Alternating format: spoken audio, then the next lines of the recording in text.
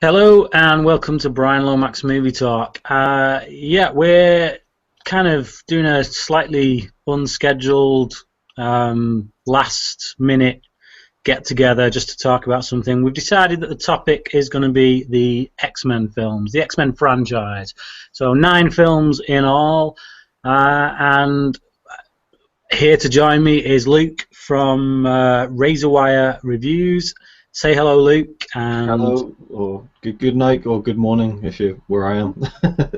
yeah, to just tell people a little bit about yourself because you've not been on my channel before. So Oh yeah, pretty straightforward setup. I do movie reviews like most of us, and that's about it really. Mix of everything, but mainly movie stuff. That's the focus of the channel, and yeah, it's cool to be on one of these finally.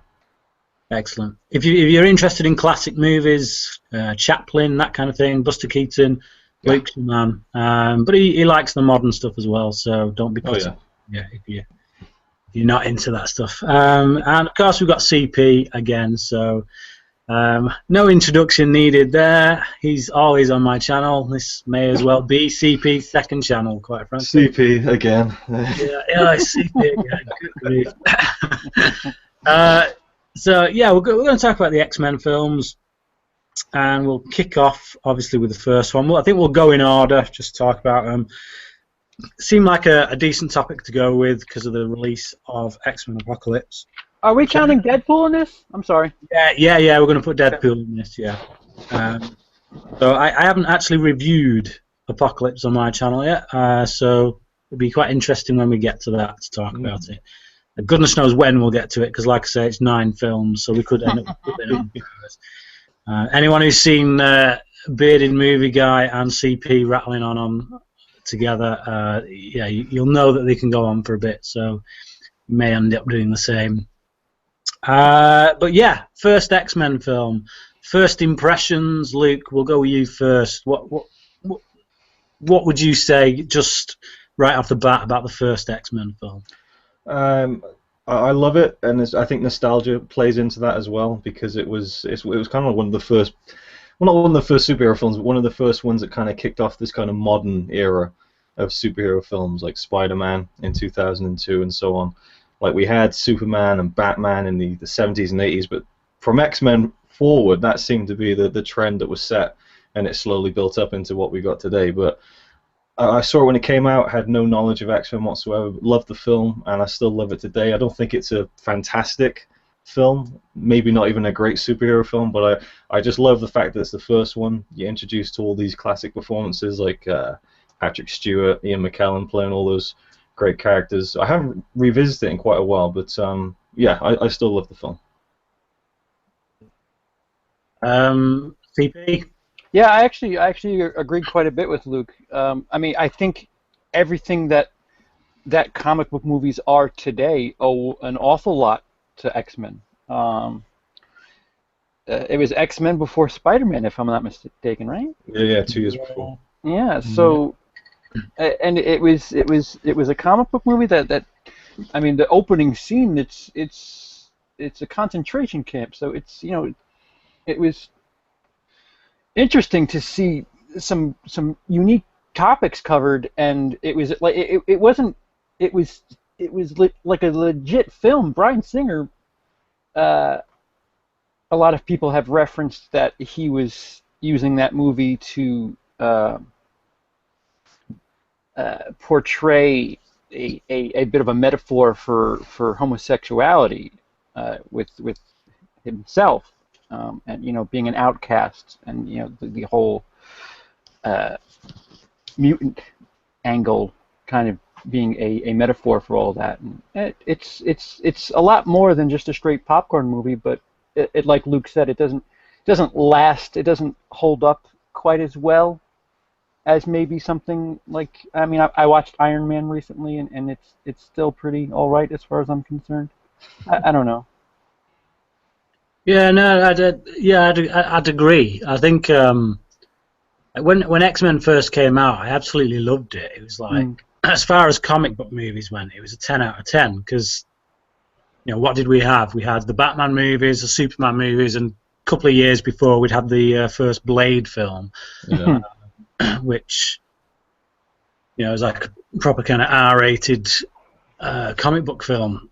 But yeah, this was like the first time really since Tim Burton's Batman that a comic book movie, unless you count The Crow, I'd throw The Crow in there as well.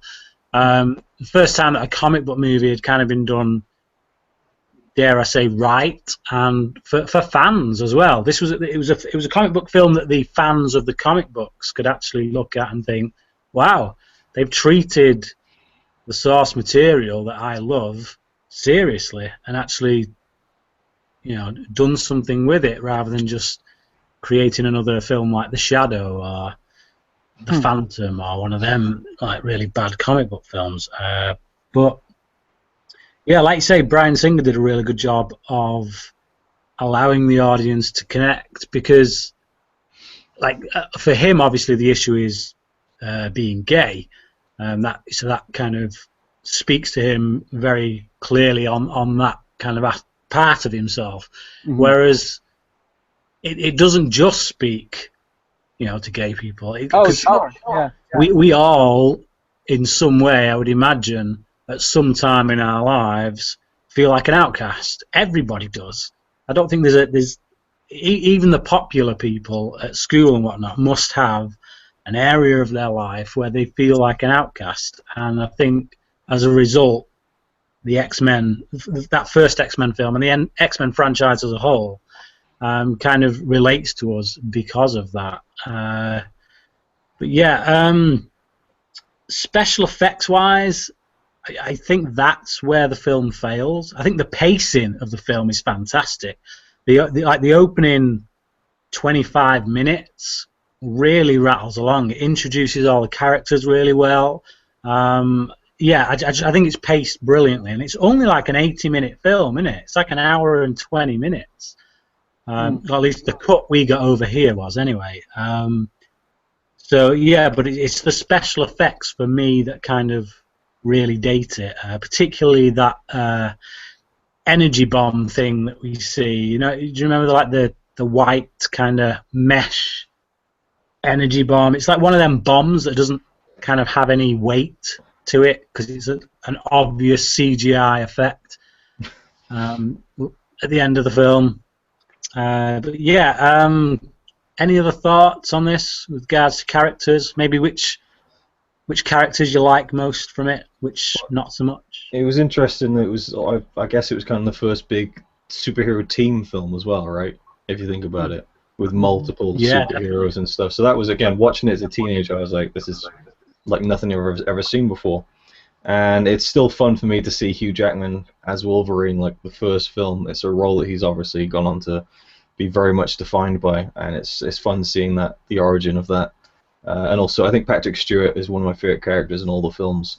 His portrayal as Xavier, and so those two characters are the ones that stand out to me, and who I enjoy watching when I revisit the film, even if it's not as good as it felt like it was when I was a teenager. CP?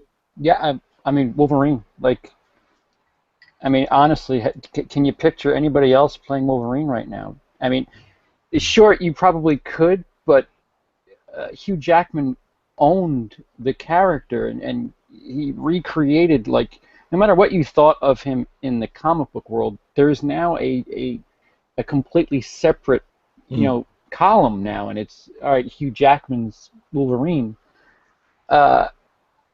That's what I felt. I remember thinking, I don't know who this guy is, but it really, really works, and he looks just like him, and a little tall, but they never really get, you know, they never really show his height. Yeah, it's funny. I don't know where I've had this conversation, but I've talked about it quite a bit. How X-Men, you know, we get Magneto as a really, really good villain, and we get a really good story behind him. And you know, Marvel seems to have such a difficult time getting a really great villain. And here, X-Men's got a bunch that they could spare, and you know, Magneto is probably up there, if you know, top 3 as far as the Marvel Universe is concerned.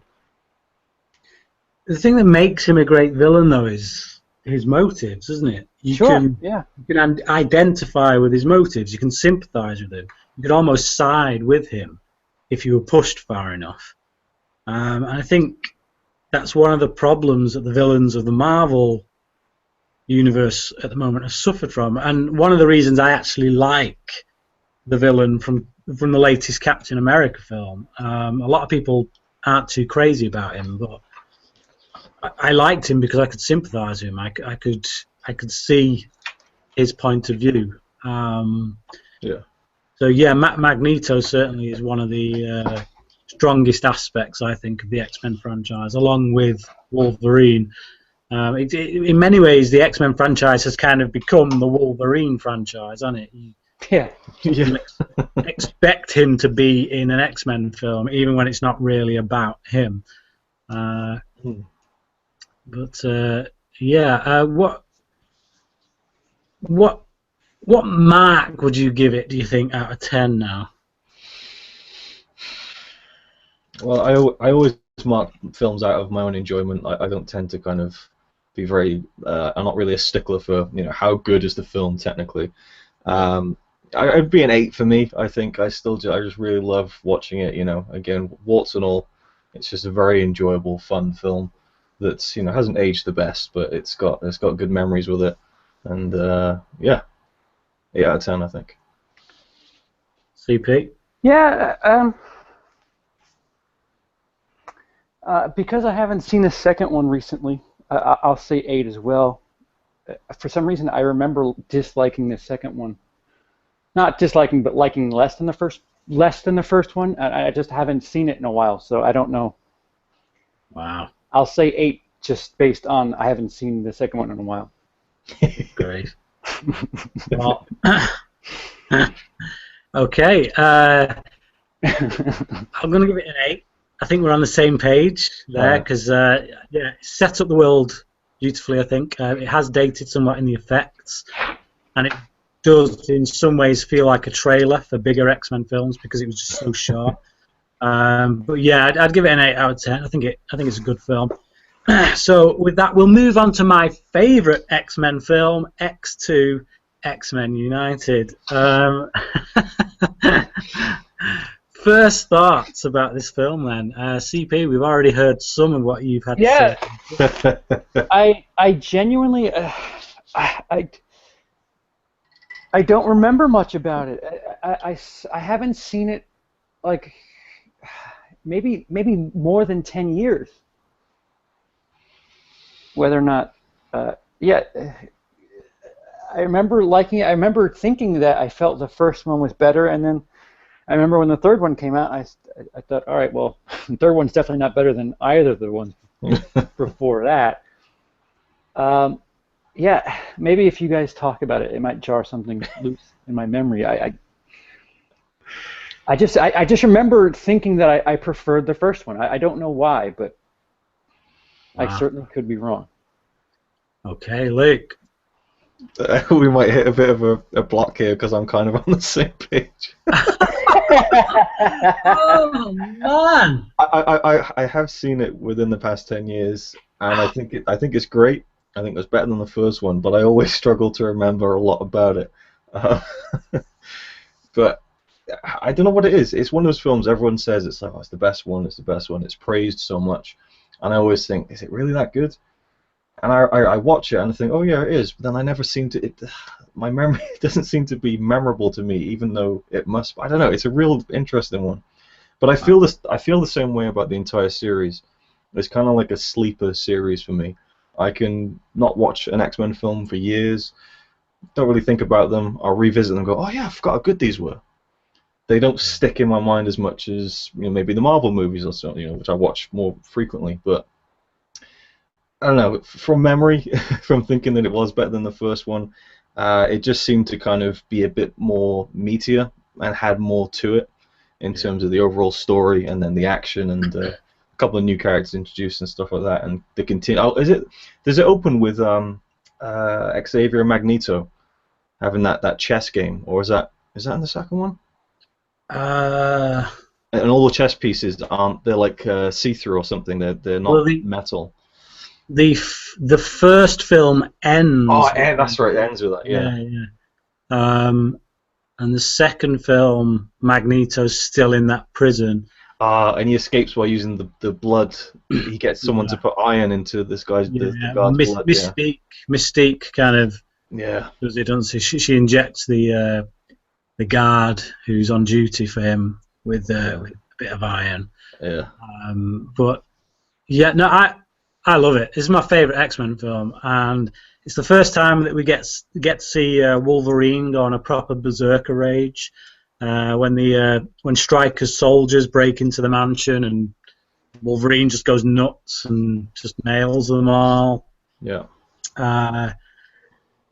Stryker himself, for me, is one of the best villains, one of the best comic book villains. This iteration of him, anyway, at any rate, maybe not some of the later ones, but what Brian Cox did with the role, I really enjoyed. I thought he brought a lot of gravitas to it, and there's that whole thing with his son, who he's got in the wheelchair, the guy with the two different coloured eyes. Oh yeah.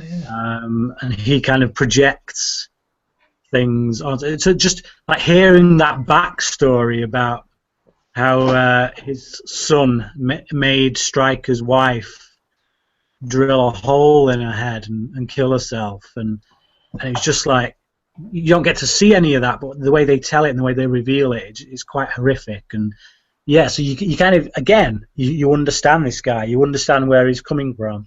You don't necessarily agree with his methods, but you get why he's in this place, you get why he's there, and because he's human as well, I think that adds a bit more to it. Like Magneto obviously is the main villain in the first film, but he's on the side of the mutants, and you've got that kind of dichotomy between him and Xavier, whereas Stryker's just out and out, he's human, he thinks all mutants need to go, so he wants all-out war with it. But I love the final fight scene between Wolverine and who's the woman with the claws.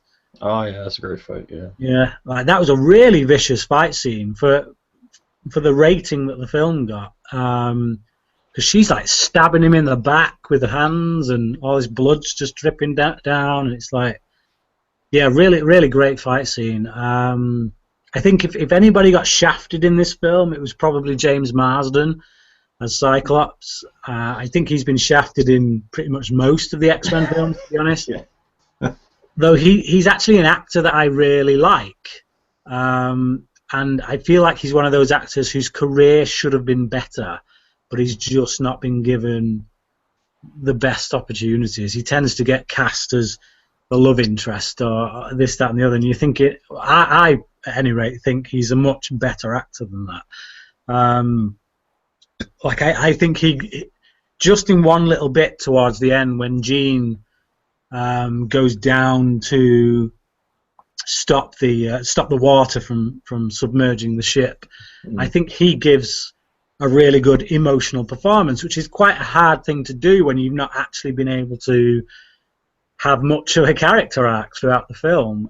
So the fact that he still delivers a bit of a performance there that gets an emotional response from me, I think it shows his talent as an actor, I think, which again I'll say I think he's been underused as an actor. But yeah, I love the film. I think it's great. I think it builds on the world that was created in the first one, makes it meatier, like you say, Luke, and just expands that universe a lot more. So now that I've kind of gone over that a bit, is there anything else that comes to mind now, or is it Nightcrawler was a character I enjoyed watching. Like just the effect was really cool, but I like just the character was kind of cool. But yeah, now that you say that, it is jogging my memory a bit. And yeah, I do think it is a really, really strong superhero film. It's just again, probably need to revisit it to get all the finer details down. But some of the things you said, like the Stryker's son, I forgot all about that, and that was a really great little thing. I don't know what it is about that film. I just keep the details keep slipping from my brain. It's 3, Last Stand, kind of. I think because X2 also sets up beautifully the prospect of a Dark Phoenix saga kind of film. And then because the third one kind of peed all over that, it's like because when you kind of neglect to be bothered with the third film, it kind of almost by association makes you forget the second film. That's my theory anyway. Obviously, it doesn't make me do that because I love the second one. It's my favorite X-Men film. But isn't the ending where it's like the jet flow? It's like a shot of the water flying over the water, and you get that little T. I love that ending. It's so good. It's such a great little and then Bryan Singer went off to do Superman Returns. And that turned out brilliant. Underrated, I think. Yeah, I don't think it's terrible. I enjoyed it for what it was, but I would have really liked to have seen him complete the trilogy. So. Yeah, it would have been something special. Would have been preferable. Yeah, it definitely would have been preferable. Maxed out of 10 though. Obviously hard for you guys, given that you can't really remember much of it, but obviously for me it was a 10 out of 10. It's the only X-Men film that I would give a 10 out of 10. Oh. Okay. Yeah. For me, I remember I reviewed all of them as part of a series I did a few years ago, and I remember specifically I gave it a 9 out of 10, so I'm going to stick with that because that was the last time I saw it, so it's a 9 for me. That disbelief from you, CP, just then, is that disbelief that I would give any X-Men film a 10 out of 10, or disbelief that... No, I've got a 10 coming up. Alright, okay. I had a feeling that's what it might be. Coming up real soon. So, Brett Ratner, let's go. What's your mark for? I'm gonna lean on 8 and just go with the fact that I'm just mistaken. I'm just mistaken with my memory, and I'll go 8. You are. Okay, so we'll move on to X-Men 3.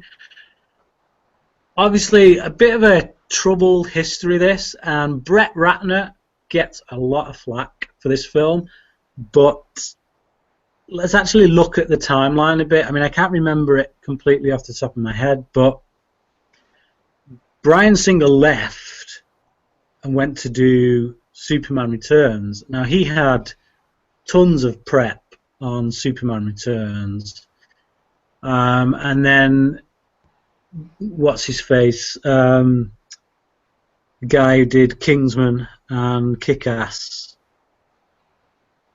Matthew Vaughn? Matthew Vaughn. So Matthew Vaughn is brought in to do X-Men 3.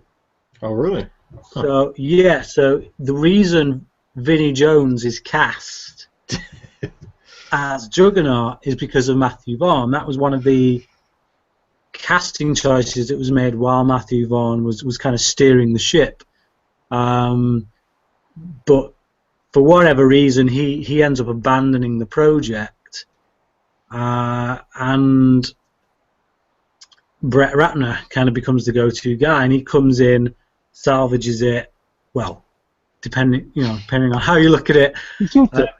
He puts something together anyway. He makes pictures go with sound, and they end up on the screen.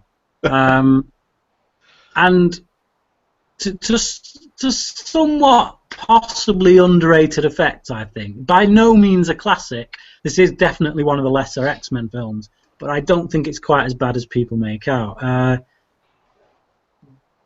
But like literally, X-Men 3 gets released before Superman Returns.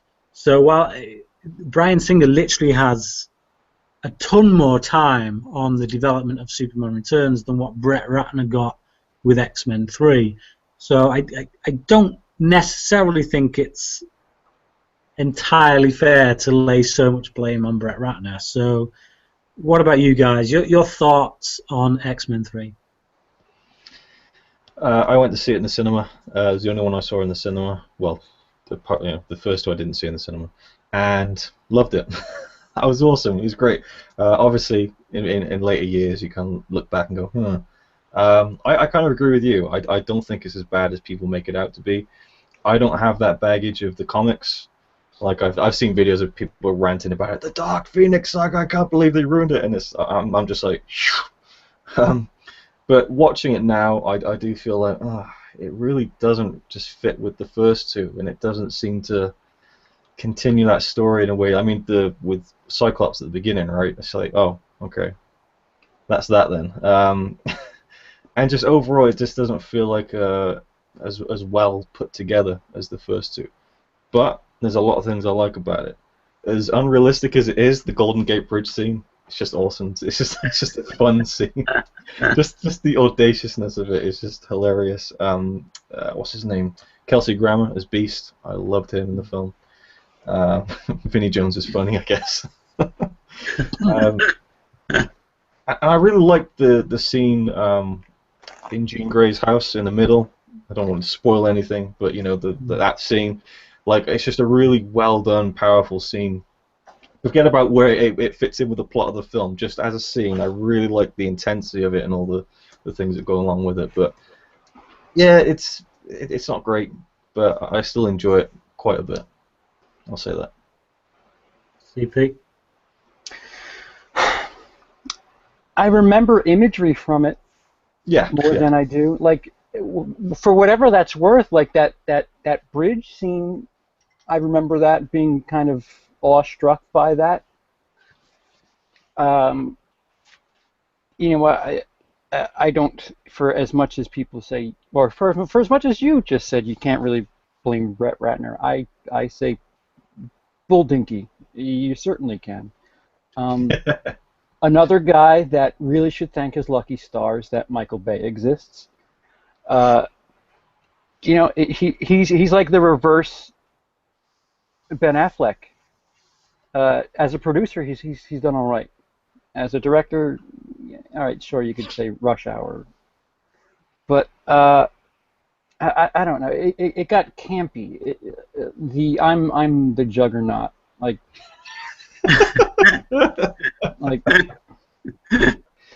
like come on, really? And it's hard because what Spider-Man was, what was this, 06, right? Yeah.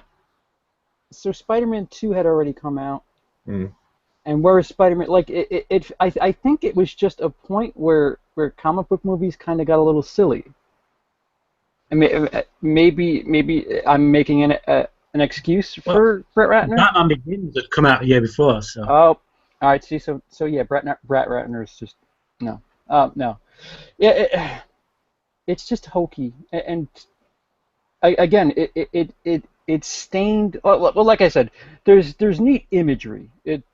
For whatever that's worth. I can't remember things about Part 2. I can remember that incredible bridge moment from Part 3, and I can remember a couple of other things, like the Jean Grey stuff. What does that mean? I don't know. I just remember, thinking, oh, all right, well, that was mindless. If you don't have any sort of attachment to it, it's probably a decent popcorn flick. But it kind of gave me amnesia, especially considering what we get after it.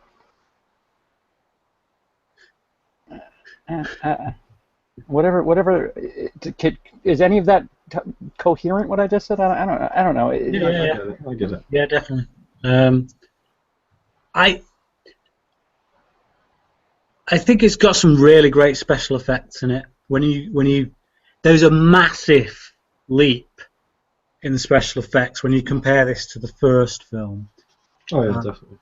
Like the special effects in it feel a lot more integrated to it. It feels a bit more kind of physical, like it's got heft to the CGI that you can see. I think the action set pieces are fantastic. So, like Luke says, the one in Jean Grey's house, the end battle scene is it's about half an hour long, I think. There's a lot going on in that. So that's fun, really fun to see. The Last Stand, the Last Stand that takes half an hour. There are like cheesy moments, cheesy lines of dialogue, like you say, the Juggernaut line, which maybe if it was in the hands of an actor instead of Vinnie Jones, someone might be able to pull that off. And then there's that line that not even Ian McKellen can make work, which I've heard in so many films, and I hate when I hear characters say it, which is where they look at something that's going on that they've caused, some devastation, and they suddenly have this spark of realization, and they go, "What have I done?" And he says that. And I hate it when characters do that. I hate it. Because if you were going to say that, it'd be an internal monologue. You wouldn't say that out loud. You might regret doing something, but you wouldn't literally say out loud, "What have I done?" Who is that for? You know, that's literally, that line annoys me more than the "I'm Juggernaut." So yeah. I find it a really entertaining film. It's one of those films where, okay, if you've got no idea about the comic books, then you're not really going to give a toss about how they ruined the Dark Phoenix saga, which was only 2 issues of a comic book anyway. So as an action film, I think it delivers quite a lot. And I'll give my grade here first, at the risk of getting absolutely Go for it. hammered by you guys. Just because of entertainment value, I'm going to give it a 7.5 out of 10. So, hey! My 1 and 2 are 8s for the record.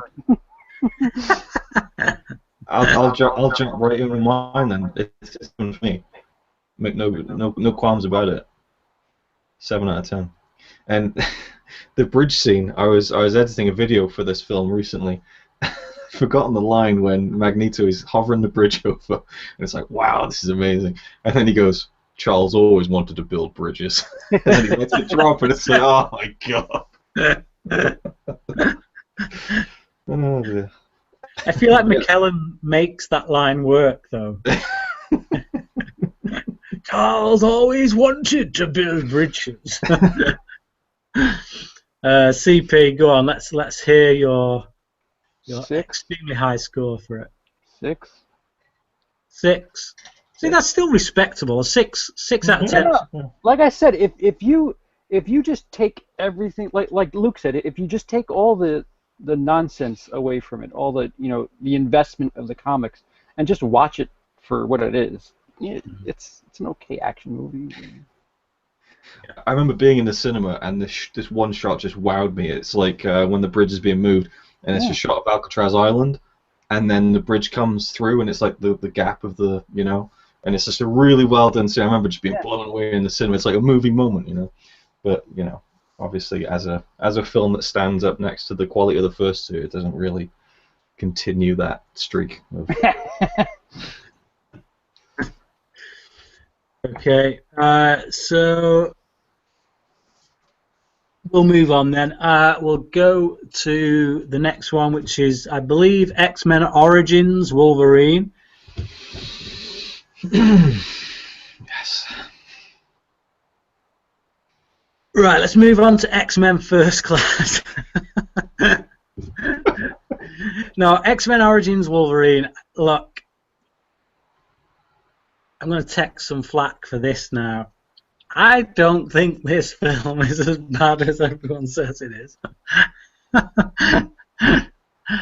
I actually think there's some entertainment to be had from Origins. I do. I think I'll say right now it is the worst X-Men film. I'm thinking of what we've got to come. Yeah, it's the worst X-Men film. Would you guys agree with me on that one? Yep. Yeah. No. Yeah. Ooh, Luke said no. No, I said yeah. Oh, did you? I thought you said no then. I was like, No. right, so we're all agreed this is the worst of the X-Men films. The question is, just how bad do we think it is? Story-wise, structurally, it's a mess because we never stay in one place long enough to kind of really get a sense of, I don't know. It's just, yeah. It feels very episodic. It's just like it moves from one thing to another, a different set of characters, kind of just like pop in and out. So it feels disjointed is the word. But I love Liev Schreiber as Sabretooth. I love the relationship in the film between Wolverine and Sabretooth. And I like the battles they have with each other, the few fight scenes we get with them. I never read Deadpool comic books, so when all the criticism came out about them sewing Deadpool's mouth shut, I didn't really care, to be honest, because I didn't know the character. So as far as I was concerned, this was just the big bad at the end they were using to fight, and the main story had nothing to do with Deadpool. The story was Wolverine and his brother Sabretooth, which is something that I actually missed from the first film, because in the first film we never actually got Sabretooth as this enemy. I mean, I know in the comics I don't think he's Wolverine's brother in the comics, if I'm not mistaken. But certainly in the comics, those two do have this. It's like they have a real strong kind of hatred towards one another. And I liked what they did with it in X-Men Origins Wolverine. I like the Gambit, the card throwing guy. I think it's a shame that they're not getting that actor to come back, Taylor Kitsch, to come back to do the Gambit solo movie. It's like if you can get Ryan Reynolds to come back and do a Deadpool movie after what they did to Deadpool in that film, and then not bring Taylor Kitsch back to do Gambit, even though a lot of people said they loved his Gambit in the film, despite the film being crap, then I don't know. There's something wrong there for me. I'd say bring Taylor Kitsch back for Gambit. But yeah, that's some of my thoughts on the film. What about you guys? Well, to just pop into that point, I would prefer to see Taylor Kitsch do Gambit, but I think the powers that be would probably look, oh, Taylor Kitsch, John Carter. Oh, Channing Tatum, all of these movies. So with the money game, I just wouldn't see it happening. But the film is disappointing. Like when I heard that it was coming out, I was like, oh, this is gonna be great, you know. And it just wasn't. I feel like there's something that's thin about it. It doesn't. Again, I don't know. Maybe I'm just overusing that. You know, the second film having a meteor plot, and this one is just feel, I don't know, but I do agree with you on the Sabretooth thing. I like that. I like Liev Schreiber. I like their relationship. The opening credit sequence is amazing. I love that idea of seeing these brothers fighting through all the different time periods and stuff and showing everything they've been through. But there's just some bad stuff. I mean, I did a movie mistakes video on it, and there's some terrible mistakes just in terms of continuity errors and things like that. But just by the end of it, I just don't really care about it, and I kind of was bothered that Stryker was a different actor as well. And I was like, oh, it doesn't fit with the. I'm trying to think. I do like things about it, and it does entertain me, and it's mainly down to the fact that it's Hugh Jackman and it's Wolverine, and I think he's as good as any of the other films, really. I mean, obviously he has better stuff in the other films, but he's as enjoyable as ever. I suppose seeing him in that situation where he's in love with a woman and it's all lovey-dovey and stuff is kind of a bit different.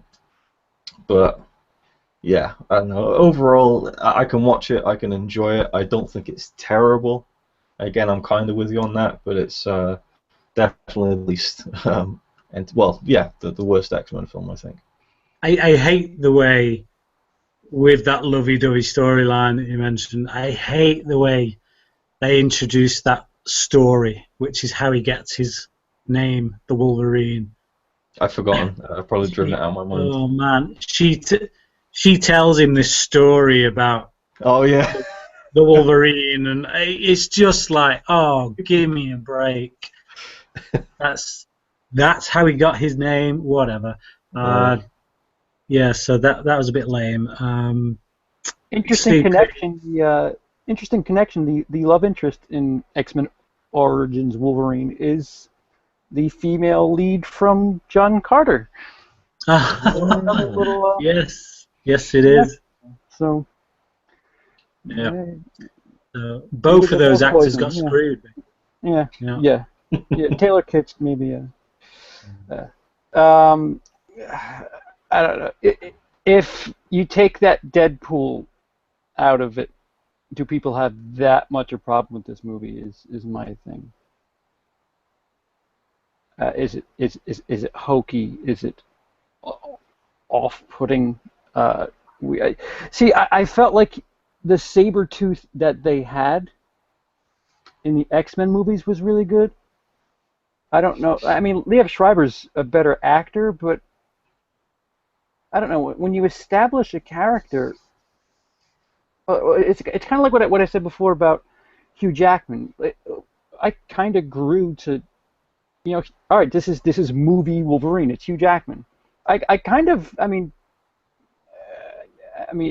he didn't really talk that much, the Sabretooth guy in the X-Men movies. Yeah, he just grunted a lot, didn't he? Didn't seem to have much. No. Yeah. So maybe, he just wasn't I'm intrigued to know what it was, because he looks like I'm kind of falling on my own argument here. He looks like the comic book version of Sabretooth, and then they change it, and Liev Schreiber comes, and he's a much better actor based on dialogue. But I don't know. It's just. If you're looking for like the way I look at the continuity in my head, the first X-Men film set like 20 years, in it, 20 years after the X-Men Origins Wolverine film, or thereabouts, and you see Liev Schreiber's Sabretooth throughout Origins getting more and more animalistic. It's like the more the film goes on, like the more fur he grows on his face, the more kind of feral he becomes. So if you want to like kind of rationalize it, you could say that by the time he gets like another 20 years on from that, he's just become a roaming in the wilderness kind of man dog, I guess. But yeah. See, like I felt like if it was just that, it would have been okay-ish. I feel like everything surrounding Deadpool really makes the movie just like what wait, he's shooting lasers? Like, what's going on here? Like, what is happening? Yeah. And there's no reason. I would have thought that the Sabretooth Wolverine battle dynamic was good enough to hold a movie, but I guess not. Yeah. It's just because they had to have something to bring them back together at the end, innit? But you didn't need them to. It's just that was the battle. It was those two against each other, and I think that should have been the last battle, just those two. You're right. You take Deadpool out of that film, and I think it would have improved it immensely. You're taking everything surrounding Deadpool. Yeah. Yeah. Literally add another 2 stars to the film's final mark, I think, if you just got rid of Deadpool. And not necessarily because they screwed the character up from the comic books, but just because in cinematic terms it does not work. Yeah. Yeah, everything that he represents and everything that comes with him is just devastating for the movie. Sorry, go ahead, Luke. when I first saw the film, I didn't even know who Deadpool was. Like, Ryan Reynolds walks in, he's wisecracking. I'm like, oh, I'm liking this character. He does that badass thing where he slices the bullets in half, and it's like, oh, awesome. And then he just disappears. And then he comes back at the end, and it's like, oh, and then, like you say, the lasers, and he's like, it's just, it was like a superhero on crack. Like, let's just give him all the superpower. I know that was the point, but it felt a bit too much. Yeah. Just my thoughts on that. I didn't. Again, even until recently, I didn't really have that much knowledge about Deadpool, so it wasn't so much they didn't get the character right. It was just, that seemed like a bit of wasted potential. Yeah. Unnecessary. Yeah. Scores then, Luke. No, CP. We'll go with you first. What score out of 10?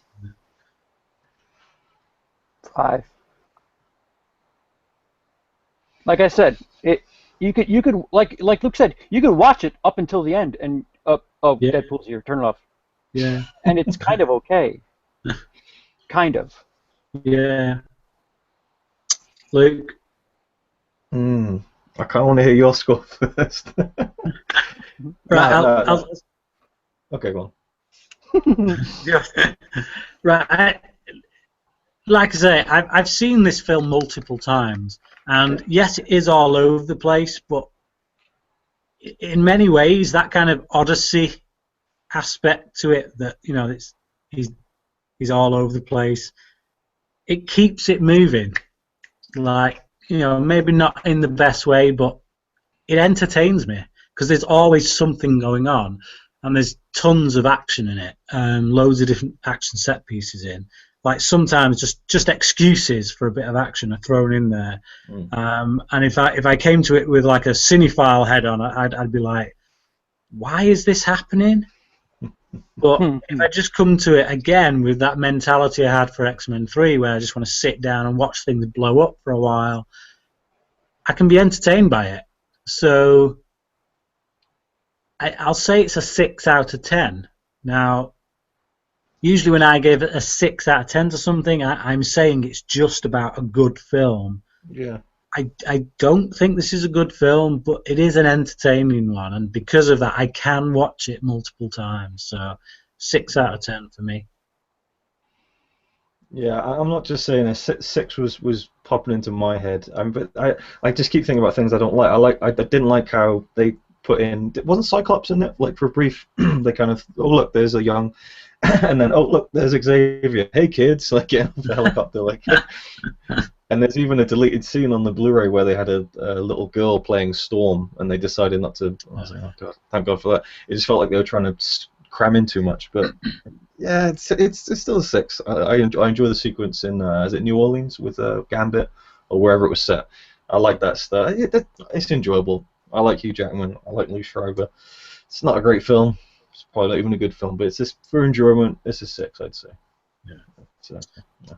Excellent. Next one, was it First Class after this one? Yeah. It was, wasn't it? So basically they managed to get Matthew Vaughn to come back and this time stay on the project. Quite surprising, really, that they would do. I mean, not necessarily because he'd done Kick-Ass like just before this, but just the fact that he'd kind of got the ball rolling so far and then kind of left them in the lurch on X-Men 3, it is somewhat of a surprise that they would ask him back. But it just shows you, I think, how much faith they had in him as a director. So yeah, he comes on board for this, and I'll say right now, this is my second favourite X-Men film after X-Men 2. I love this one, mostly because of that relationship between Xavier and Magneto, and I love Michael Fassbender's take on Magneto. I think he's a perfect Magneto. I think he, dare I say it, even does a better job than Ian McKellen. I think that rage that is kind of seething underneath Magneto, he gets perfectly. He nails that, and we get to revisit the scene from the opening of the first X-Men film, the one where he's in the Nazi concentration camp, but we get it more fleshed out because we see that the guy he's played by Kevin Bacon, isn't he? He was the guy kind of running the camp, and he kind of does a bit of experimentation on Magneto and whatnot, and so it fleshes out that background a bit more, and you didn't really need it so much, but you do get to understand where Magneto's coming from a little bit more. So yeah, I love it. I like the relationship between Fassbender and McAvoy, and I think James McAvoy as well does a really good job of a young Xavier. What about you guys? What are your thoughts? I'll let CP go first. Yeah, odd. Whenever they go back to World War II and show that Magneto scene, seems like it sticks out for me. That 9 scene, the thing with the coin, really neat.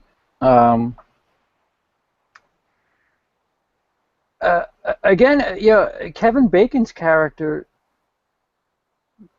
in the Marvel universe could be top 2, top 3 villains in any Marvel, and this is just another X-Men movie. Here's a villain.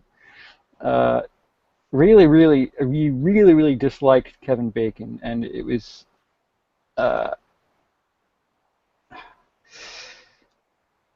unique to see the relationship build with Xavier and Magneto, and to get knowing the past, you would expect a certain thing to happen, but it kind of going into this movie, Magneto's a bad guy, but he's not exactly a bad guy in this movie. So to dumb things down, you almost like watching Star Wars. You're waiting for Anakin to become. How did we get to the Star Wars reference in here, Luke? You wait for Anakin to become Darth Vader, and I was kind of doing the same thing with Magneto here, but it just doesn't happen, and it's really interesting. Well, without putting spoilers in, it was unique to see just different aspects of relationship and not need it the way I had needed it in Star Wars.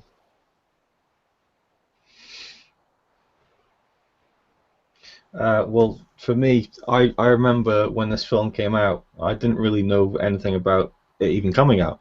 I was going to cinema to see something else. I saw a poster. And I was like, oh, they're doing X-Men again. Didn't even go see it. Caught it a couple of years later, and I just love it. It's a great film. I remember when the Wolverine film came out that they said they were going to do a X-Men Origins Magneto. Oh, that'd be really cool. But obviously that fell out. But you kind of get that in this film, and Xavier as well. And Fassbender's just, I think he's one of the best actors around today in terms of people in their prime, and he's brilliant as Magneto. This just feels like more of a proper film than the past 2 ones that came before it. Just more substantial, more cohesive, and McAvoy is one of my favorite things about it. I've been a fan of him for years, going back to Shameless, a UK TV show. I thought it was great in that. I don't know about Kevin Bacon. I think he's really good, but something about him when I first watched it didn't click. I don't know why. I can't even put my finger. I just remember thinking specifically, he's not fully selling me here or something. The score, I think, is incredible. It's a great film. One of my favorite X-Men films for sure.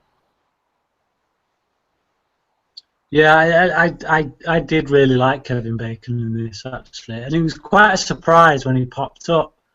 'Cause I'm not sure I knew he was in it. So to be the main villain, it was quite nice to see. I kind of like Kevin Bacon. He's one of those actors that I wouldn't necessarily seek his stuff out. But when he pops up in films, I do tend to like him. My wife can't stand him for some reason. She's I think he's just got one of them faces that she can't click with. Yeah, I kind of like him. He's got a bit of a smarmy charm about him, I guess. I think the other strong point in this film as well was the casting of Jennifer Lawrence as Mystique. And when it was first cast, I was a bit like, huh, really? Not because she's a bad actress, because I think she's actually a really good actress, but just completely different body type. And I don't know, for some reason in my head, I just didn't see her as Mystique, but I think she did a really good job of taking on that role and making it her own. And she has done in this, these past 3 films that she's been in. Yeah, anything else on that? Just like CP said, just lots of character stuff that you wouldn't expect, and that, like they say, they didn't need to do really. They could have just thrown loads more action at us like we'd done before, and we would have lapped it up, I guess. But they bothered to take time developing characters and fleshing them out and giving us really good interplay between them. So yeah, a really solid X-Men film. Like I said, my personal second favorite. It wavers for me. Like when I'm watching it, like the first time I watched it, I was thinking this is a 10 out of 10. But I've seen it again a few more times since, and the climax of the film it's not quite as strong as everything that precedes it, which is a little bit of a shame. But yeah, really love it. So yeah, we'll give our marks. Give our marks. I'll go first this time. I'm going to give it a 9 out of 10.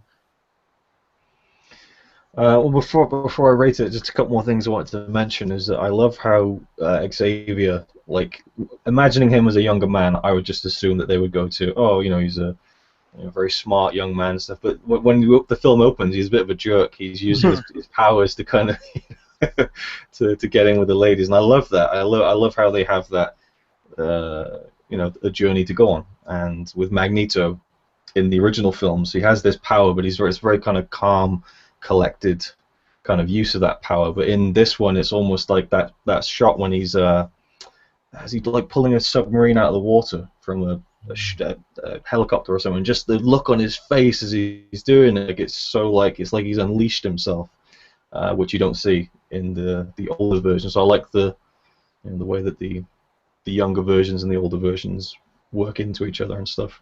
But yeah, it's a 9 for me as well, definitely. Yeah, he struggles a bit with a sub. He's all right lifting the Golden Gate Bridge up. But yeah, exactly. Like with the bridge, he's just like, yep, there we go. CP. 10. This is your 10 out of 10. 10. All right. I can understand that, man. I can. It's like for me with the X-Men franchise, it's between this and X-Men 2. Yeah. For me, X-Men 2 just kind of slightly gets it. I feel like one of the reasons is because it came first, to be honest. It was the first kind of like big team-up comic book movie that got it right, that got it spot on. But yeah, there's not a right lot between them, to be honest. This is another thing is, it almost feels like because of First Class, we actually look at the original X-Men trilogy, whatever, as kind of hokey or less serious. Yeah, we have First Class here, and it's just like, oh, it's just a different way to do things, a bit more focus on the character and the relationship, and a bit more serious without getting too serious. So like, I didn't really think of the original X-Men movies as kind of light. I don't know how else to reference it, but once First Class came along, it was like, oh, yeah, these are different movies altogether. I still feel that X-Men 2 is of a similar tone. There's quite a lot of darkness in X-Men 2. You need to watch it again, yeah. Like particularly all the stuff with Stryker's son, that gets that does get pretty dark. And there's some camp moments in First Class, like the costume that opens up into like a flight suit, and the effects that are used on that. Like I say, that's some of the things in the climax that just ever so slightly let it down. Not a great deal, but just things that kind of jumped out at me when I watched them. I was like, oh, but yeah, 9 out of 10 for me, and it's a high 9 out of 10. But yeah, anything else to add before we move on? No. 9. I'm sure there was something I was going to say again about Matthew Vaughn, but I can't remember what it is, so we'll move on. Next up, I believe, is the Wolverine. Yeah. Yep. So, obviously, X-Men Origins Wolverine got absolutely panned by critics. Like, they proper mauled that film to death. A lot of people say quite rightly so. Whatever the reasons, they had to come out with something, well, better. Now, I don't know if you saw recently on IMDb, they did a list of the X-Men films as ranked by IMDb users. So they went off the rating that each of the films have on IMDb, and the Wolverine came last. So according to IMDb voters, the Wolverine is worse than X-Men Origins Wolverine. It's worse than X-Men 3, The Last Stand. I do not agree with that at all. I think it's far and away a better film certainly than X-Men Origins Wolverine, and I do think it's a better film than The Last Stand as well. I think it has a weak ending, like literally talking last 10 minutes when it goes all Transformers on us. Yeah. Everything up till that point for me, I was really sucked into, really enjoyed it, really liked the way they sucked me into the character. I was following Wolverine in a way, I guess, that I hadn't with previous X-Men films, because he's always the badass. He's always the one that you're waiting for him to fly off the handle and go into full-on Wolverine mode. So I'd never really kind of been sucked into him as a lead character in this way before. So I think they did a really good job on that, and I liked the whole. I mean, I've got a soft spot for Japan anyway, because I love Japanese culture. I've been to Japan. It's I'd love to go back again. So I liked the Japanese angle. I liked the fact that we were in Japan. The bullet train sequence in the trailers just looked like it was going to be awful, and I was really surprised just how well it worked within the film. As an action set piece, it really did work. I like what James Mangold did with that from a visual standpoint. And there's some other good action set pieces in there as well. But again, you guys, what do you think of the film?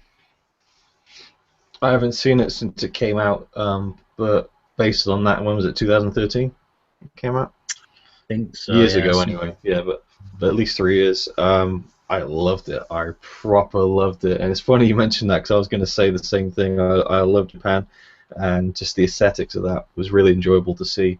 And I liked how it was its own film in a way. It didn't feel like any of the other X-Men films. I liked the story, the action, the performance, the way it pushed it a little bit further with some of the, the gore and stuff. Well, not gore, but the violence, and it seemed a bit more adult. Definitely agree with what you said about the ending. A little bit too, I don't know, it didn't seem to fit the rest of the film. But I just loved it. Like, I'd have to revisit it to give it a more solid assessment, but I'm a big fan of it. CP? outside of the nuclear war scene, the nuclear explosion, I really didn't like the movie, like at all. Didn't like it. No, I was really kind of bored with it. Wow. I don't like Japanese culture. How about that? No, yeah, I mean, I just found myself, it just didn't click. I've only seen it once, so maybe I'll just do an X weekend sometime soon and maybe change my mind or whatever. But I remember really being about that opening scene, like when he covers and he saves the guy, and it was really cool. Because I saw it in the theater, and I remember like the sound design that went into that was really neat too. So I remember being on board. I remember like having something that grabbed me, but it just lost me the whole rest of the way. I honestly I can't explain it. I just wasn't into it. Funny thing is, when you mentioned that scene, I thought you were going to say you liked everything outside of that scene. Yeah. I hear a lot of people saying that scene is actually one of the weakest parts of the film. I don't necessarily agree. I like the scene. I think it's quite good, but it is like totally unbelievable the fact that he could just shield him with his body and protect him from a nuclear blast. It serves its purpose to get the story rolling, and it. Well, wait a minute. If he regenerates his health, and it's if from what we know about him, like how is it that far-fetched? Ever heard of radiation poisoning? Yeah, but it's Wolverine. It's a guy who. Yeah, but he can't. All he does is cover the Japanese guy. It's like what that stops radiation poisoning, does it? I thought he had like a. Didn't he have like a thing that he took with him, like a wall or like a maybe like a radiation protection suit. I understand what you're saying, but he had a little where the hole was. He had a little ouch. It's a shame they didn't have a little fridge down there in the well. Yeah, little Indiana Jones fridge. But look, it was a cool looking scene. I liked the explosion. Yeah. I liked that they were trying to kind of make the story part of actual world history. Yeah, I think that's probably it. Like, when you have something that's so extravagant like that, and you don't really like do anything like that again, it's kind of weird. So maybe I felt like it was going to be this big, just over the top, nonsensical movie, and it took a more like low key route. Where I mean, I guess we could kind of agree that the opening scene just is a little off when connected to the rest of that movie, but I guess I was. Go ahead. I just feel like this one's a lot more character driven, and I feel like a lot of the criticism you can level at X-Men Origins Wolverine is that it isn't character driven. That it didn't feel like a complete story, like a one-off story.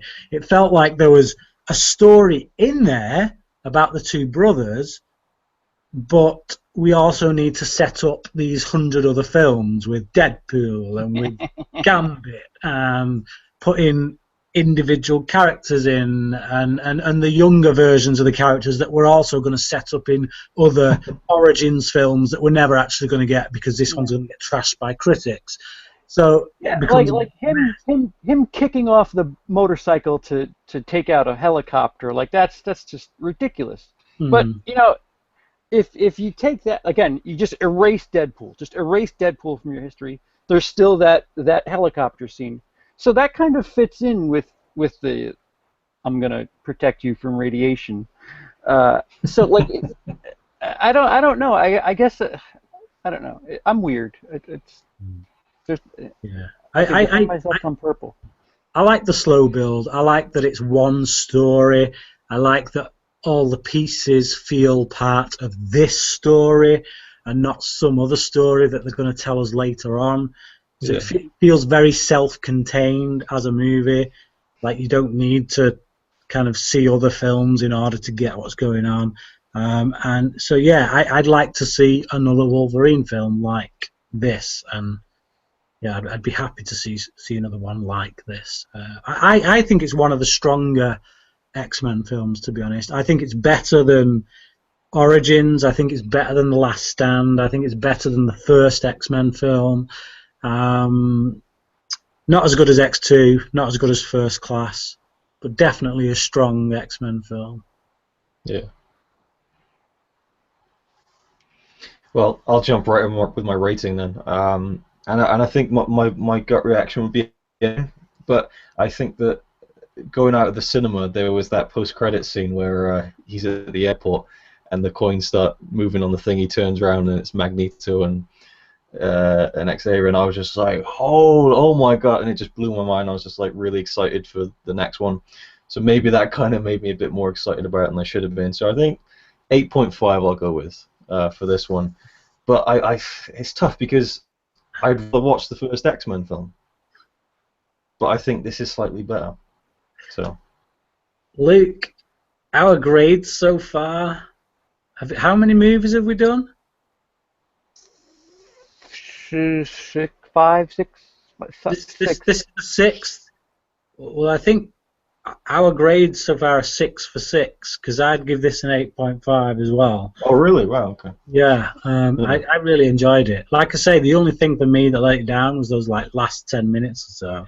I'd like to. Have you seen the R-rated cut on the Blu-ray? Because I haven't seen it since the cinema. I'd like to see that just out of interest. So yeah, not that I would remember what's different by this point, but still.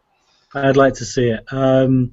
The one thing I will say, going back to that end credit scene you mentioned, at the time when we first saw it, I thought it was awesome.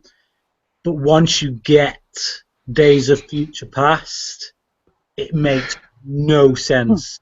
I still don't know how that happens, or why it happens, or when it happens. I have no idea where that takes place. How do you fit that in to Days of Future Past?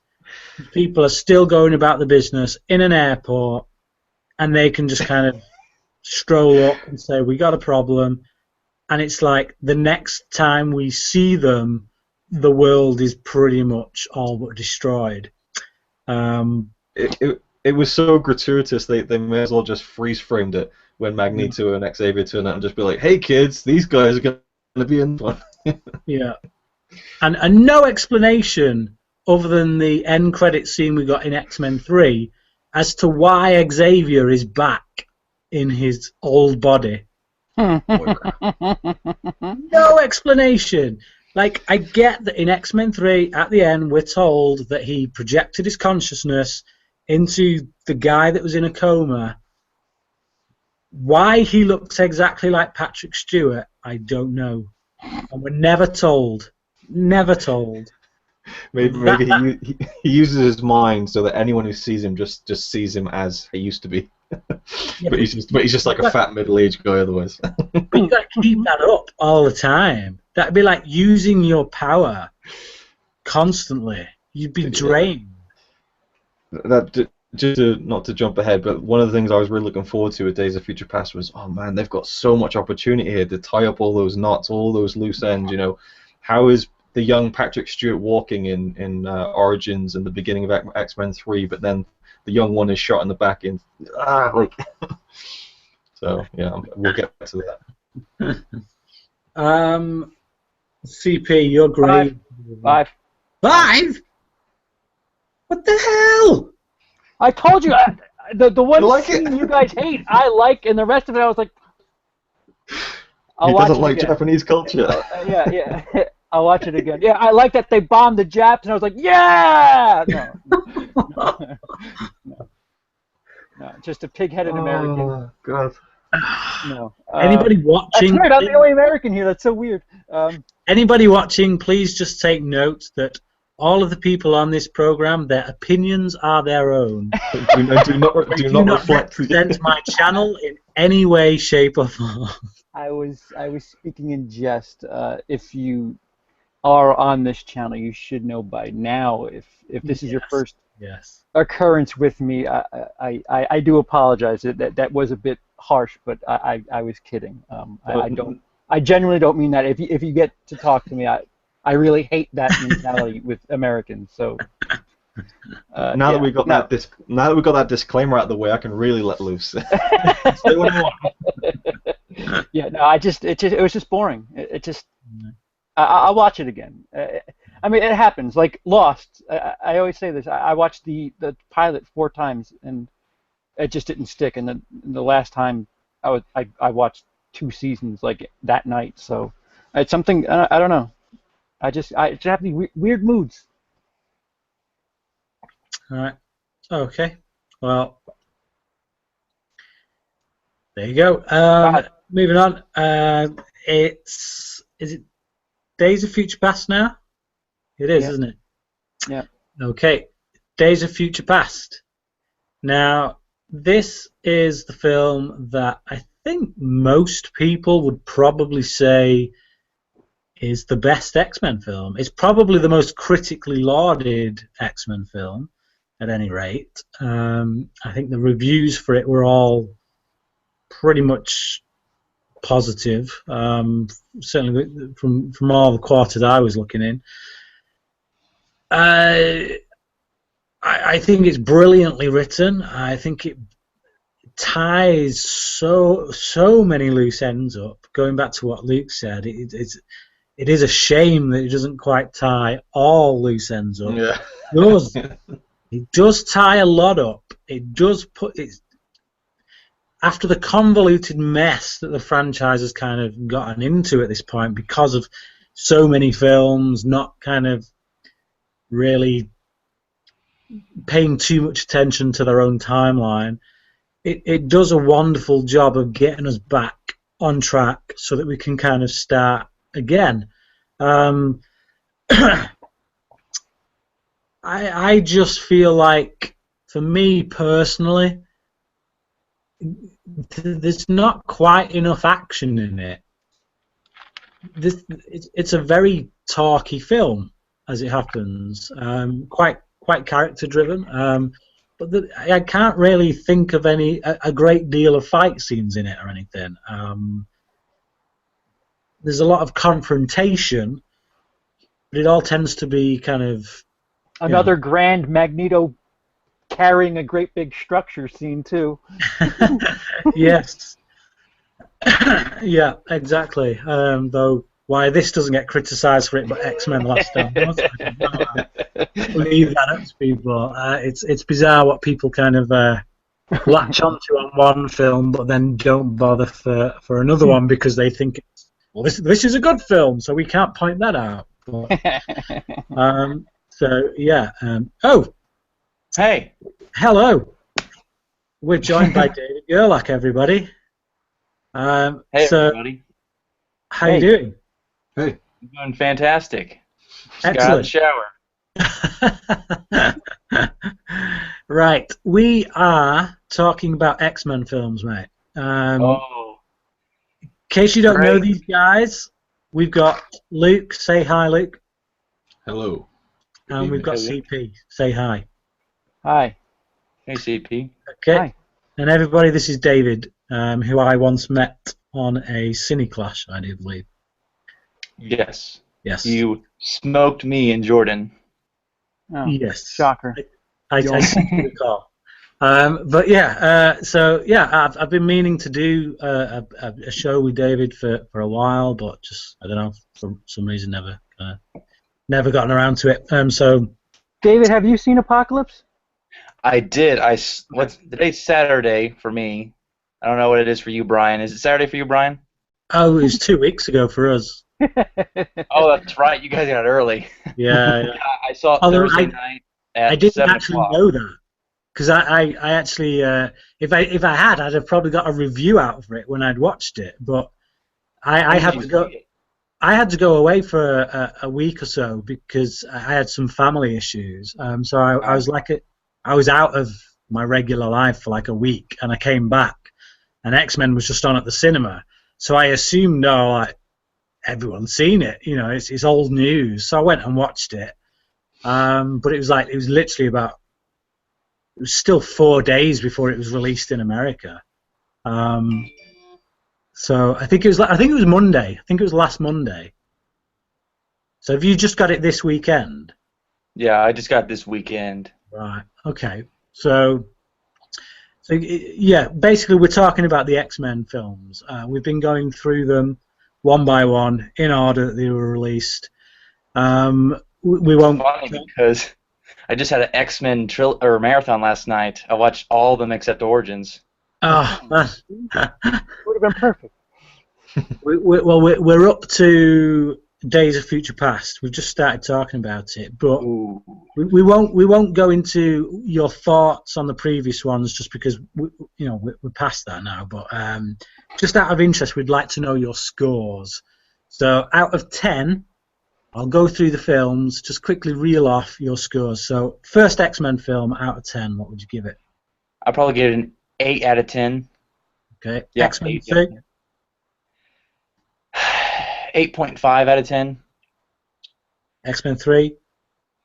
5 out of 10. What was next? X-Men Origins Wolverine. 2 out of 10. Oh! Ding! X-Men First Class. 8 out of 10. And Wolverine. the Wolverine. Probably a 7.5 out of 10. Okay, and we've just started talking about Days of Future Past. We've not given our scores yet, so we're just going to talk about it. I've ranted about it a little bit, but the other guys I don't think have yet. So, David, while you've just come in, if you want to give us your thoughts on Days of Future Past, you're quite welcome to. Okay, well, I remember that year. It was like consistently great movies. I mean, you had Winter Soldier, you had like what else came out?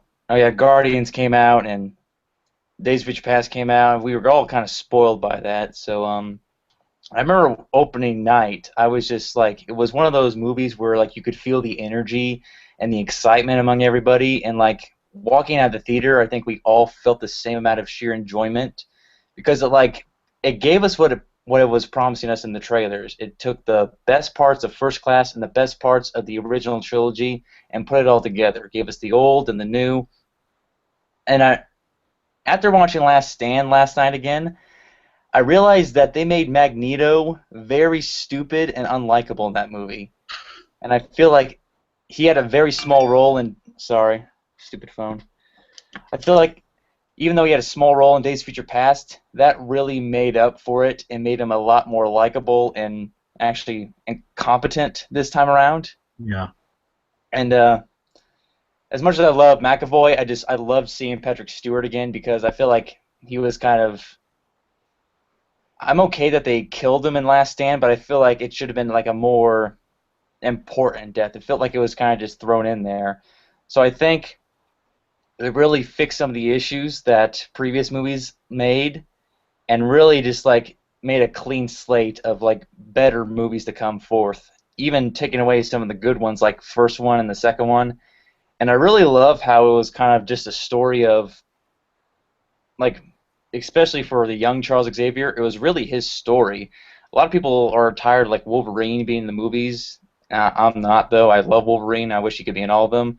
But I feel like he wasn't like the focal point. He was the biggest star out of everybody, but like it was really Charles Xavier's story about him falling into this depression and then really just breaking out of it at the end from Wolverine and older Charles Xavier kind of just bringing him back to the light and kind of saving him essentially because he had lost his hope.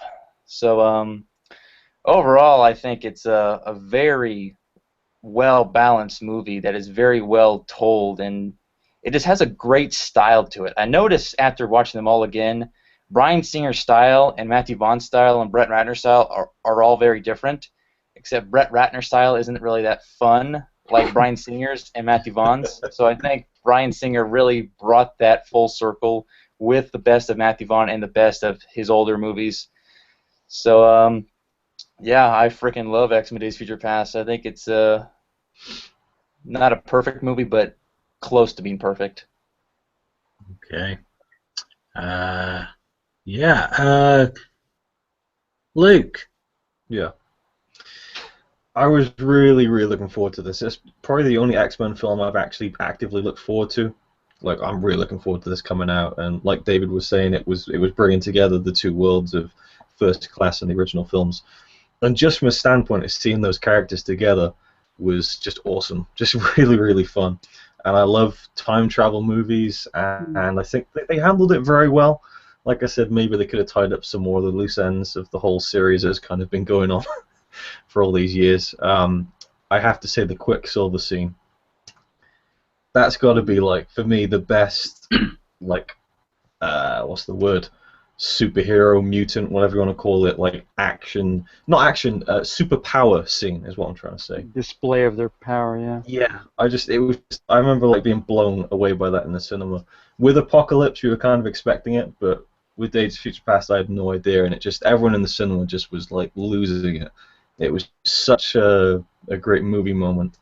And yeah, I kind of just go along with pretty much everything David said, to be honest. I just really, really loved it.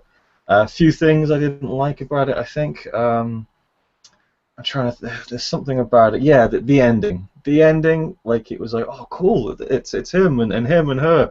Oh, and it's all. Oh, so all those films didn't happen.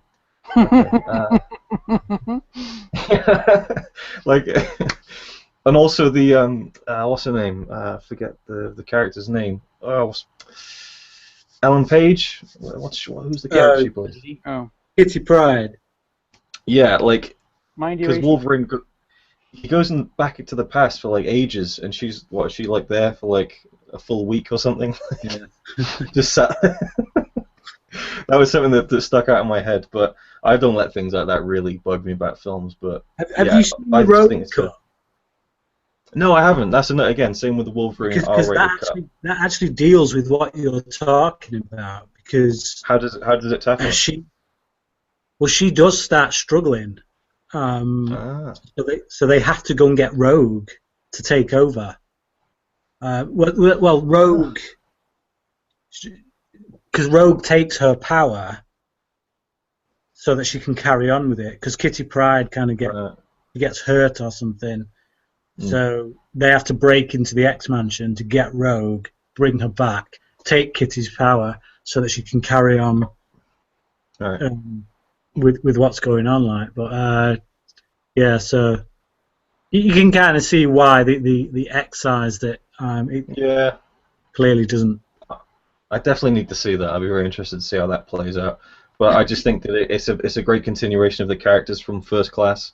Again, particularly Xavier and Magneto, and then you bring in all the. I mean, Wolverine's kind of like the vessel who takes you through the whole thing, but it is again really about Xavier and also Mystique, and I loved all the story elements to go along with it. So again, not perfect, but a really, really great, fun superhero film.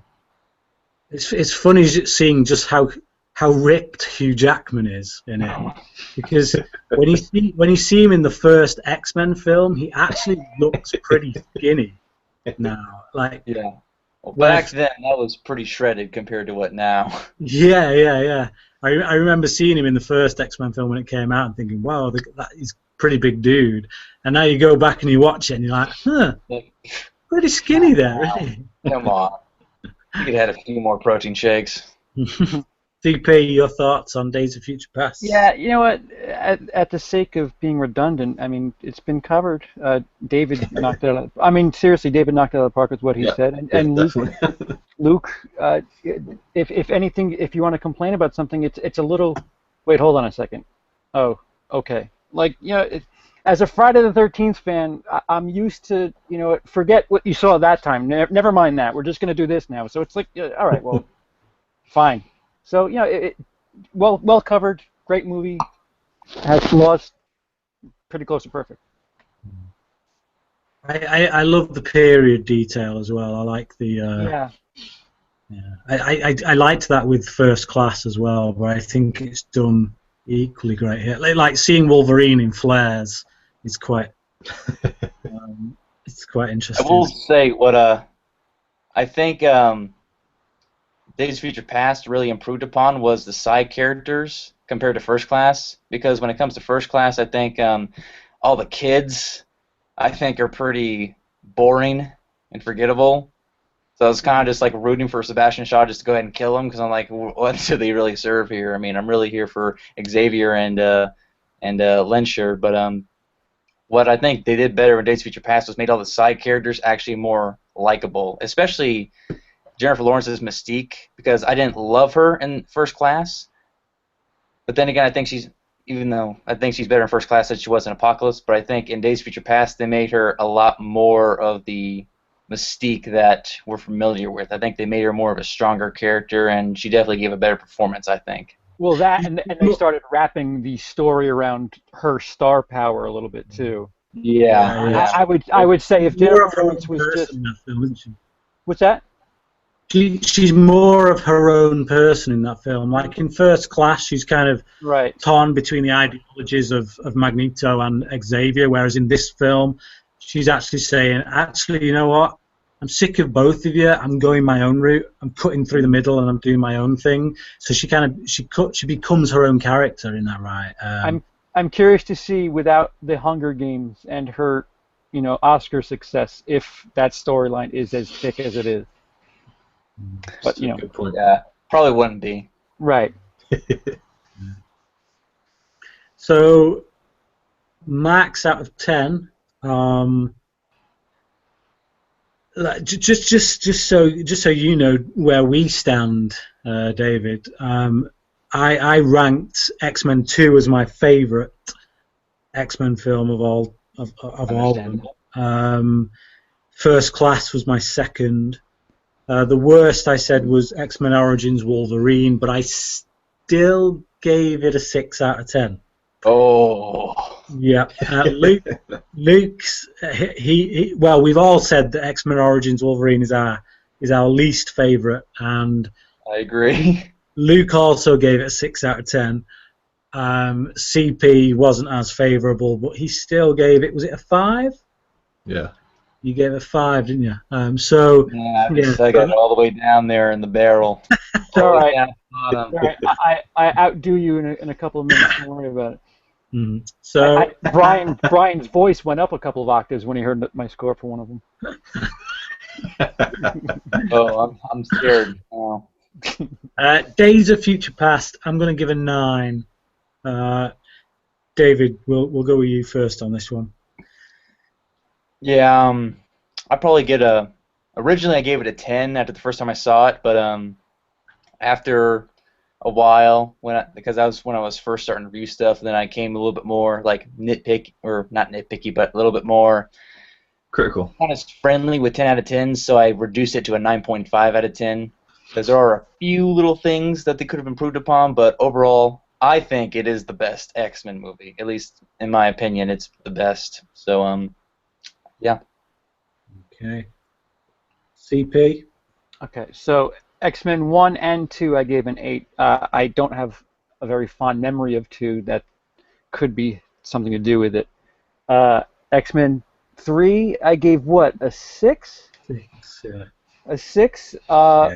Wolverine I gave a 5. X-Men Origins Wolverine I gave a 5. First Class I gave a 10. Yeah.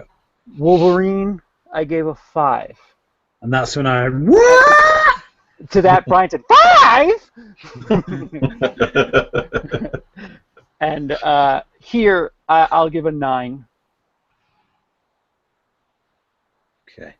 I just think First Class is a little more.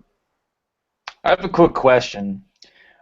Uh-oh. Would we consider Deadpool a part of this? Yeah, it's coming up next. We're doing that next. Okay.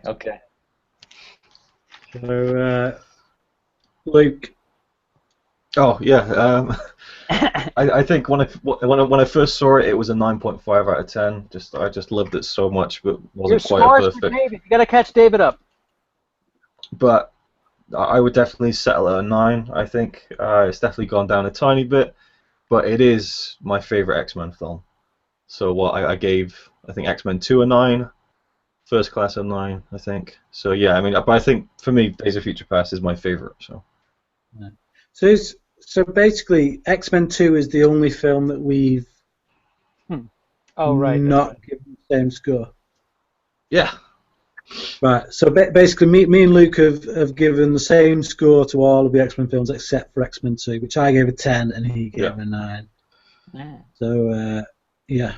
I think things are going to change in the next 2 films. Okay. We shall see. Deadpool. This is a different kind of X-Men film. Oh yeah. This is basically what happens when you say, okay, let's give the fans exactly what they want. Let's forget what works commercially. Let's forget what kind of film you need to make in order to be able to market something, and let's just make a film that basically translates the comic book style and tone probably perfectly. I'd say is what a lot of comic book fans have certainly said when this film came out. Before I continue, I'm briefly going to go over to CP because he's got his finger in the air like a school child at the back of the classroom. Clearly wants to say something. So, CP.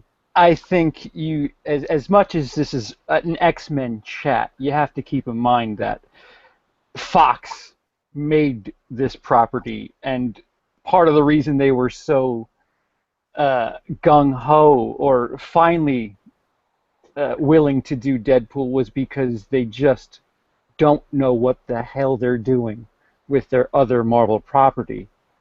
And maybe it was something of, all right, well, we're trying to do serious, and that's not working with Fantastic Four, so go ahead, Ryan, go make your movie.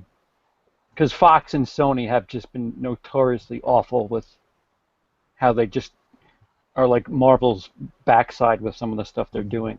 Well, Fox took some real wearing down on this because, like Ryan Reynolds and the director, I can't remember the director's name, but they approached Fox tons of times with this. They had like a script ready to go for ages, and they kept on saying, like, you know, what's it going to take? What do we need to get the budget down to in order for you to greenlight this? And they were like, you know, they went to him and said, we can do it for 80 million. Fox said no. They went back to him. We can do it for 60 million. Fox said no. It's like, we can do it for 50 million. Fox said no. We can do it for 40 million. And Fox said yes. And it was like literally like they had to find ways that they could literally throw out the budget and not have to, you know. But it doesn't look like a $40 million film, I've got to say. This film competes quite easily with other films of its kind that have much bigger budgets. As I say, $80 million to $100 million budgets. I mean, they do a lot of stuff in this film, but I think part of how they get around with it is that actually there's one action sequence kind of takes place throughout most of the film because they keep going back to it. But yeah, they do some clever stuff with it, and I've got to say, as much as I'm not a big fan of crude comedy, of, you know, like sex jokes and that kind of stuff,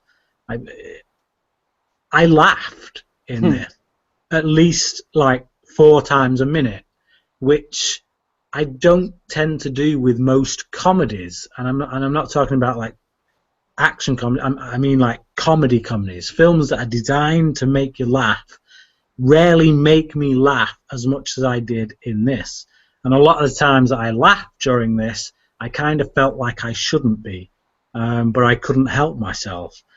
I just think Ryan Reynolds was clearly the right man for this job, and you can see why he was pushing so hard to get this film going, because he loves this character, and that shows in everything he's done for it. From the, you know, all the publicity he did, the stunts that he did, even without studio approval, I might add. For anyone who's aware of the the stunt he pulled in the streets when he went up to some kids in a park or something and got them to say some naughty. Oh, the marketing stuff. Yeah. Yes. He basically took the Deadpool costume out with him and a guy with a camera, and they just did a load of crazy stunts and used it for publicity. But that was totally without studio consent. So, I mean, the marketing for this film was incredible, absolutely incredible. Bearing in mind this is an R-rated movie. R-rated movies don't generally do that well at the box office. Even the ones that do well at the box office still don't make anywhere near the numbers that this did. Simply because you can't get the younger audience in. The moment you slap an R rating on it, you've instantly alienated, a big percentage of the movie-going audience. But this film got over that hurdle in a big, big way, as the box office proved. And again, to me, that's down to the marketing. It's down to the work of Ryan Reynolds and the director, because they really, really pushed themselves for this film. Warner marketed Batman vs Superman to death, and Deadpool's still doing better domestic. So yeah. I mean, marketing does so much. It does. But I mean, like, if you've got a good film to back up that marketing, then you're gonna. I mean, I'm one of the people who actually really loved Batman v Superman, but we're not going to get into that discussion because we're doing the X-Men movies. But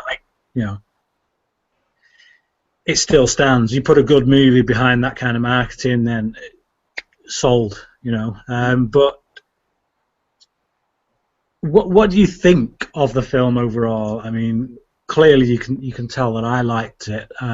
Luke, we'll go with you first this time. What? Deadpool. I felt like I maybe had something wrong with my brain, that I didn't love it as much as everyone else. There was something a bit too self-congratulatory about it, like that didn't really gel with me. I really enjoyed it. When it hits with the humor, it really hits. Like, there's some really funny stuff in that. I love all the meta humor. What was that line where he's like, "We'll take you to the professor." Which one, McAvoy or Stewart? Stuff like that. I love, and it's something that you don't really see a lot of. So that was a lot of fun, and I actually think as a film, it was really good. Like, I liked the whole arc of the character and where it goes. But one thing that stood out to me was that it kind of apes all of the cliches of the superhero films that we're getting these days, and then kind of ended up kind of just following that same formula by the end. I don't know if that was supposed to be part of the joke.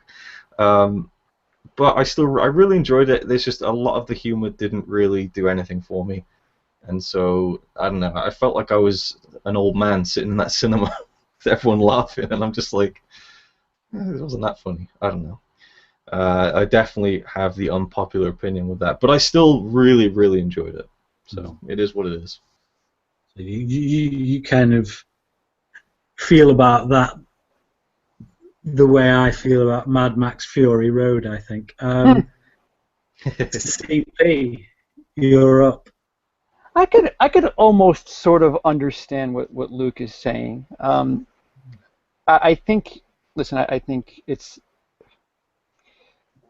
I think we're gonna have. We already are having a comic book property. They're like, all right, so how do we keep this fresh? All right, we'll make a bunch of R stuff, and that's basically what Deadpool proved now. But for the most part, it's that scene, that car shootout scene, and then that's the thing that they leaked to YouTube, and that's kind of how they got the movie made, where they leaked it or somebody stole it or whatever it was. And if you take everything around it, it's not that strong, and maybe that's where they cut everything, where they just said just throw a love story behind that, and we'll figure it out from there. But yeah, it almost feels like a table setter, just like, all right, we'll make this one scene really incredible, and we'll fill it with a bunch of meta stuff, and we'll figure out the rest for the sequel. And it feels like a great start. Doesn't feel complete. It feels like a great start. Okay. It's funny that Brian mentioned Fury Road, because I feel like maybe the build up to this film maybe kind of worked against me when I was watching it, because people were saying 10 out of 10, 10 out of 10, and it was the same thing with Fury Road. I loved Fury Road, but I was like, 10 out of 10, really? Yeah. So maybe that was another thing that was going on. Like, some of the jokes, like, were really funny, but then some of them I was sitting there thinking, like, oh man, they were so preoccupied whether or not they should. They didn't stop to think if they could, that kind of thing. Just just felt like every other line needed to be, okay, let's put a cursor there and there and there and there and there. Maybe just a bit too much. It sounds like I hate the film. I really enjoyed it. It's a lot of fun, but I guess I understand that mentality. You sound like we talk about Batman versus Superman. I didn't hate the movie, but every time I talk about it, it always sounds very negative. Yeah, exactly. It's just I think films in particular that do get such critical hype when it's like 10 out of 10, 10 out of 10, 10 out of 10 everywhere, and everyone's saying like literally, like, people have said Mad Max Fury Road is the best action film ever made. Yeah. I've heard that from people's lips, People and not it's just seen like, Die Hard? yeah, I know. That's what I'm saying. It's like, and they make such a big thing about how, George Miller didn't use like CGI; it was all practical effects. No, it wasn't. There's a lot of CGI. Scene with a tornado, and it's like when that tornado thing, the sandstorm hits, I was just like, this is like CGI best. This is not practical. Don't get me wrong, I love it, and I think a guy of George Miller's age pumping out a film like that is something to be admired. And it is a good film. It's a very good film. But it just got so overhyped that when I eventually saw it, I was like, okay. Yeah, good. Very good film. I'll watch it again. Probably not soon, but I will watch it again. But that's how I felt with Civil War, honestly. Right. Okay. Fair enough. But it's like Deadpool. I really enjoyed it, and I think because like I say, I don't generally enjoy crude humor. I don't generally enjoy films of that nature. I think the fact that I did laugh so much during it, it just really boosted my respect for it, I guess. Yeah. David, we've not heard your thoughts on it yet. Do you want to chime in? Absolutely. And y'all are crazy. This movie is awesome. Hey, I said it was awesome. I understand your guys' complaints, but when it came to 2016, how we have all these superhero movies that we're all looking forward to. I was looking forward to 5 of the 6 because honestly, I'm not looking forward to Doctor Strange. I don't know, maybe because it looks too much like a ripoff of Inception. So I don't know how I'm gonna feel about that. Maybe I'll love it when I see it. But it was like Suicide Squad, Deadpool, BVS, Civil War, and Apocalypse. And Deadpool was like, I don't know, maybe it was at the 5 or 4 spot. And I was looking forward to it because the marketing was pretty dang good. I mean, it never really struck me how great it was until after I saw the movie. And the marketing is genius. And I remember opening night, from the opening shot all the way to the end, I was laughing. I could not stop myself. I knew the humor was bad and raunchy, and I probably shouldn't be laughing at it, but I just ate it up. I love all the it felt like a grindhouse, almost like Raul Rodriguez and Quentin Tarantino had, like, kind of spoke to Tim Miller and the writers and was like, hey, just add a little bit of this flavor to it. It's going to be very, a lot of gory and red, had this really weird thing about it. And I don't want to compare it to the other 3 superhero movies we've seen this year, but I will say my biggest issue with the other 3 is that they are too busy, that so many things are going on. And what I think this did better was I think filmmakers are scared to make things simple. But but simple isn't always the worst thing. I mean, if you look at the original Star Wars movie, that's pretty simple. I know you don't really care for that as much as everybody else does, Brian, but You don't know what... Oh, yeah, Brian, yeah. I was going to say, right now. yeah, some of the best movies out there are very simple. You don't need to make things overly complex like Inception or anything, and that's what I think Deadpool does. That's why it's probably my favorite superhero movie of the year, because it had a simple story. It had one job to do: make you laugh and take you on this journey that's going to make you laugh, and just really, at its heart, it was a love story. Yeah. That's weird to think. It's a love story with a little bit of revenge in there, and it's like one of the funniest movies out there. Like, not just of the year or a certain comic book genre, but just like in general. I don't think I've seen a comedy this funny in maybe 5 to 10 years. So yeah, Deadpool I think is not necessarily a surprise hit, but it was a lot better than I thought when I originally heard that it was going to come out, because like I wasn't as familiar with Deadpool as everybody else was, and everybody was like clamoring over it when it was announced. So I'm like, oh yeah, cool. I'm glad to see an R-rated superhero movie. But then after watching, I'm like, oh my gosh, I completely understand where these guys come from now. This movie is like, I adore it. So that's pretty much my overall thoughts on that.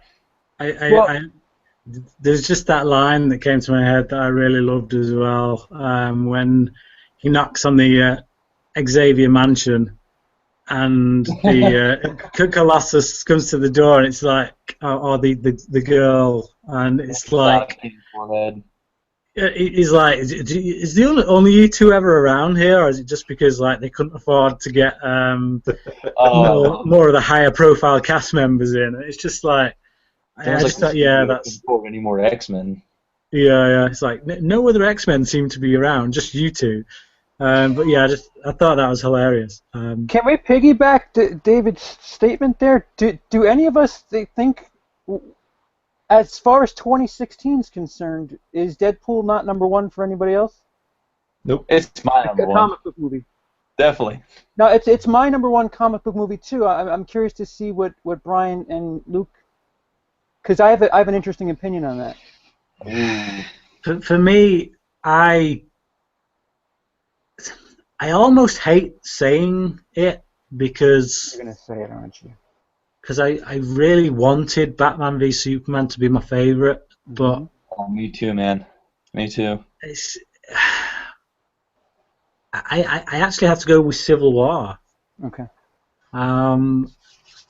Civil War I gave a 10. I've only seen it the once. I feel like that score might change if I see it again, but you saw that early too, didn't you? Yeah, I did. So I saw it before any hype kind of thing, which is nice. It's always nice for me to do. If I can see a film before any reviews and that, then I really can just go off my own opinion, which is why I feel a bit more confident in saying, yeah, I give that film a 10, because I do. So suck it. But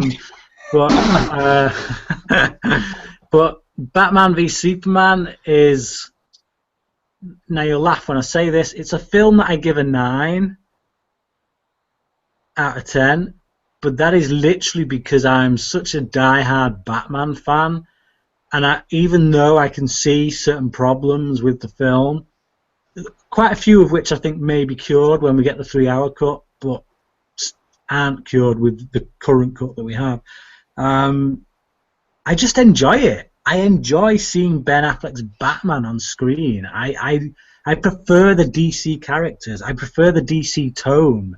I like that they do take things seriously. I like that they do things dark. I don't give a toss that the movie isn't fun in the sense that it makes me laugh all the time. To me, it's fun because I love those characters, and I love that tone. Despite, as I say, some of the issues it's got with it. Now, at the risk of giving away my score for Deadpool, I give Deadpool a 9. So I kind of put it on a par with Batman v Superman. So depending on what day you ask me, Deadpool would be my second favourite. on another day, Batman v Superman would be my second favourite.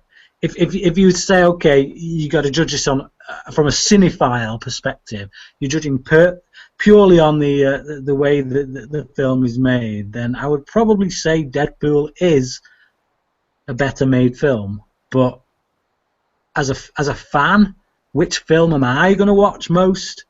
I'm always going to go back to Batman v Superman. I saw it 4 times in the cinema. I saw Deadpool once. And I know that when I get them on DVD, the Batman v Superman, well, Blu-ray, the Batman v Superman Blu-ray is going to end up in my player more times than the Deadpool film is. Does that make it a better film? Not necessarily, no. So, yeah, I'll let Luke answer. And what was the question again? Your favorite comic book property of 2016. Oh, we're doing this, aren't we? We're doing this. Out of the 4. Just because I have a theory on the success of Deadpool. My favorite superhero film 2016 is Apocalypse, without a doubt. Oh, okay. I feel like with. Are you being sarcastic, or are you? No, serious? absolutely. We got love for Deadpool, we got love for Apocalypse, we got love for Civil War #1, but BVS is the sole man out. Yeah. That I would. What's funny is last year there was a lot of spy films. This year there's a lot of comic book property. Last year there were 1 or 2 films that kind of got shredded due to whether it be fatigue, people just sick and tired of things. Even Spectre, for the most part, it was the last one out of the gate. Nobody expected Kingsman to be that good of a film, and that was the first one out, and it was surprising. And then you had Spy, which was the comedy, and then you had that other level, which it wasn't serious. And then you had Mission Impossible, which did all right, and then Man versus Uncle, whatever. Yeah. That just did nothing, and it just seemed that people were tired of it. And then Spectre. I really enjoyed Man from Uncle. Oh, Right. I love that movie. I Yeah. love it. It was a Really nice. summer release. It just didn't have any gas. Yeah, it died. But I really liked it. I think the issue for The Man from U.N.C.L.E. is that I think it was horribly marketed. Because, It was. I didn't even know that was a TV show. I think it was, there was no, identity or demographic that they were trying to go for. It's who are you going for? People who watch the show, it's probably 0 people right now because that was so far back? Or is it, Well, just the way the trailer was. If you look at the trailer for that film, it makes it look like it's going to be one of those films where you see the jokes coming. It's literally like the jokes that were in the trailer were all ones where you're like, yeah, that's like, I saw the setup, I knew where that was going. Yet in the film, within the context of the film, they worked, and the tone worked, and the characters worked, and I really liked the film a lot more than I liked the trailer. So, what does that? Favorite spy movie of last year. So I feel like the casual public, whether they went and saw Kingsman, Spy, Mission Impossible, by the time Man vs. Uncle comes around, they're like, yeah, I saw something like this twice already this year, and then Spectre, whether your opinion's that it wasn't that good or whatever, it kind of took a hit too. This year, there was the Civil War Batman vs. Superman fight, and Batman vs. Superman said, all right, you know what, we're not going to fight with you. We'll push ours up to March. And it was Civil War and Batman vs. Superman. You never really heard about Deadpool when they talked about the big comic book movies of 16. And sure enough, here's Deadpool in February, a month that nobody really cares about as far as films are concerned. And it comes out with this hot fire, and it does things differently, a la Kingsman and a la Spy. It did. Kingsman was funny, and I mean, it was a pretty good homage to spy films in general.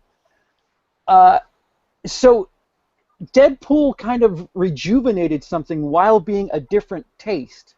So, Batman vs. Superman lost some of something, I would suggest, with that. we're seeing it now with Civil War and X-Men, and I really am intrigued to see if it's going to happen with Suicide Squad. But because of no, I hope so. I really hope Suicide Squad is all right. And like you said before, I think Doctor Strange could be the first real failure or disappointment from Marvel, because there's these things that they're just not factoring in. And I for the life of me, I can't figure out, when you have a movie, Batman vs Superman, on the title alone, that movie should beat Deadpool. And and like if Batman v Superman had come out the gate with glowing reviews, the kind of reviews 200 million plus, I'm telling you. If it had like 90% Rotten Tomatoes, 200 million plus opening weekend. Boom! It would be the highest grossing film easily of the year. Well, what about you just swap the dates? Take Deadpool and Batman and swap them. I think it'd be more successful. I do. I think you're onto something, because I think when the first film of the genre to be released in the year kind of does something that genre doesn't normally do, so it makes people go, whoa, this is fresh, this is new. Right. And then you get a film that kind of comes after it within that genre, but kind of goes the more traditional route, the route we're kind of used to seeing. Then people are like, oh right, well we're back there, are we? I think I just want to like add to that point, is that that my favorite part of Deadpool was the joke where he's like, oh look, superhero landing's coming up. That was the best part of the film for me. It was so great. And then in the first, 10 minutes of Batman vs Superman, he lands down and does this, and I was just like kind of chuckling to myself. So it was a hard thing to follow when you had a film that was so huge and successful and kind of aping the tropes that I just wanted to throw it in there to add it to the old point. Right, like Kingsman. Kingsman last year, it's fresh. It did. Yeah.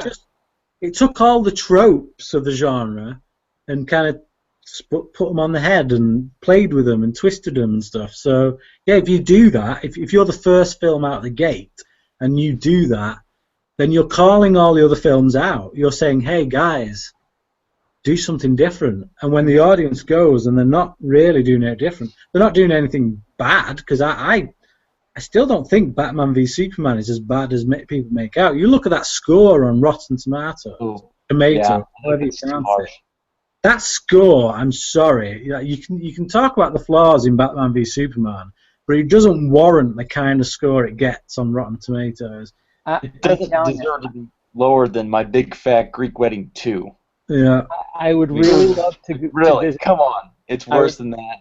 I would really love to visit an alternate universe where Batman vs Superman comes out before Deadpool, and just to see what happens, because I really feel like Deadpool, just because of the absolute freshness of what they were doing with it, really put. I mean, we're going to see it trickle, and like I said, maybe not. Now with the summer starting, maybe not for Suicide Squad, because there's still a lot of interest in that. But I think Doctor Strange, it's just gonna be like, all right, enough. This feels like Inception. It feels like something I don't care about, and I've seen 5 movies just like it. So like, I think Marvel is untouchable at the moment. I genuinely do. I think you slap that Marvel logo on something, and people have such faith in it that, and to a degree with good reason. But like when Ant-Man first came out, I honestly thought that was going to be Marvel's first flop, because I was going to say that. Yeah, it was a character that looked pretty stupid. To be honest. Guardians too. And that as well. Yeah, well, the thing with Guardians of the Galaxy is what that had going for it is that it was a damn good film. Fun, very fun. Whereas you look at Ant-Man, and I've got to say this, I personally think it's Marvel's worst film at the moment. I think it just feels generic. really generic. It feels like a retread of the first Iron Man, but not as good. I can't stand Evangeline Lilly's character in it. She just feels rote. For me, I like Paul Rudd. I thought he was okay in that role. I just thought the film wasn't the film that we would have got had Edgar Wright been in the director's chair, and all the worse for it. It didn't feel fresh to me at all. I'd say it's worse than Iron Man 2 as far as Marvel movies go. I do. I strongly believe that. The first hour of Iron Man 2, forget the last hour. The first hour of Iron Man 2 is one of the best comic book movies ever made. They blow it so much in that last hour that it undoes all the brilliant work they do within that first hour.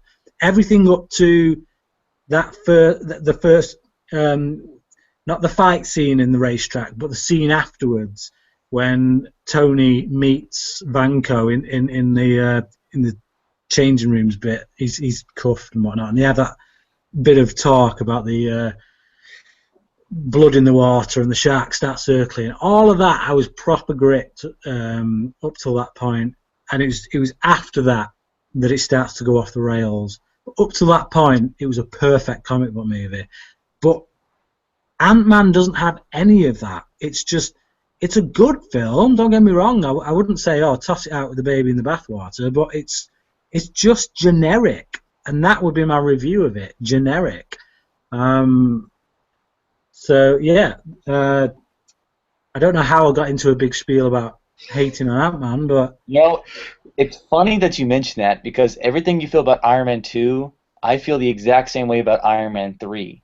I think the first hour was great until they pulled off that stupid twist with the Mandarin. I loved that twist. Oh, I can't stand it. Absolutely loved it. I was like in denial when I saw it. Like, no.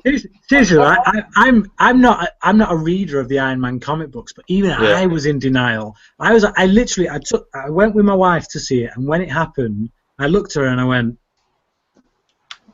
imagine a Batman film where they take the Joker and literally that's how I felt. But when I came out and I started processing it, I was just like, you know what?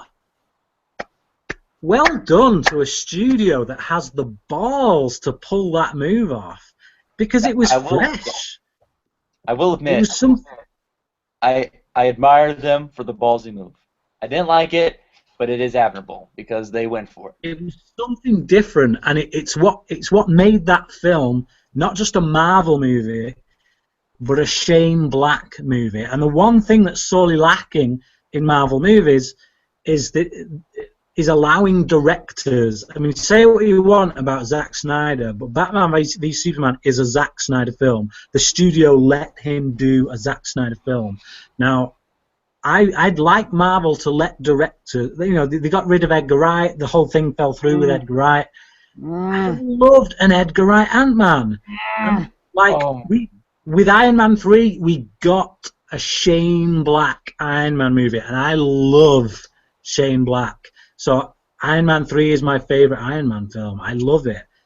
Is it if you're a Marvel fanboy, if you like the comic books and that's what you're going for, is it going to float your boat on that front? No, probably not. But for me, as a cinephile, I love Shane Black, and Iron Man 3 was a Shane Black film, and I loved it all the more for it. And I can see the shock in your face, David, so please say what you want to say. I was going to say, maybe it's just because I love the first Iron Man so much. That, to this day, is still my favorite MCU movie. I don't think any of the other MCU movies have reached the level of sheer brilliance that Jon Favreau brought to it. I think Winter Soldier is the closest to that. But you know what? I completely understand what you're saying there. How much you like it, the third one, more than the first one. But me personally, the first one blew me away. I mean, I agree. 2008 was a great year. I mean, you had Iron Man and The Dark Knight. It just Tropic I Thunder. love that. And Incredible Hulk, some people hate it, but it was like the other two. Pineapple Express. At least mine made sense. It was Robert Downey still. I'm the dude playing the dude disguised as the dude. Have you? We're going way off course. Have you watched the Blu-ray with the commentary? No. He does the commentary in character. And that calls back to the film, doesn't it, where he says that line? Pure genius. I did not know he two movies. You get 2 movies. I told him. Go ahead. Go ahead. No, I'm done.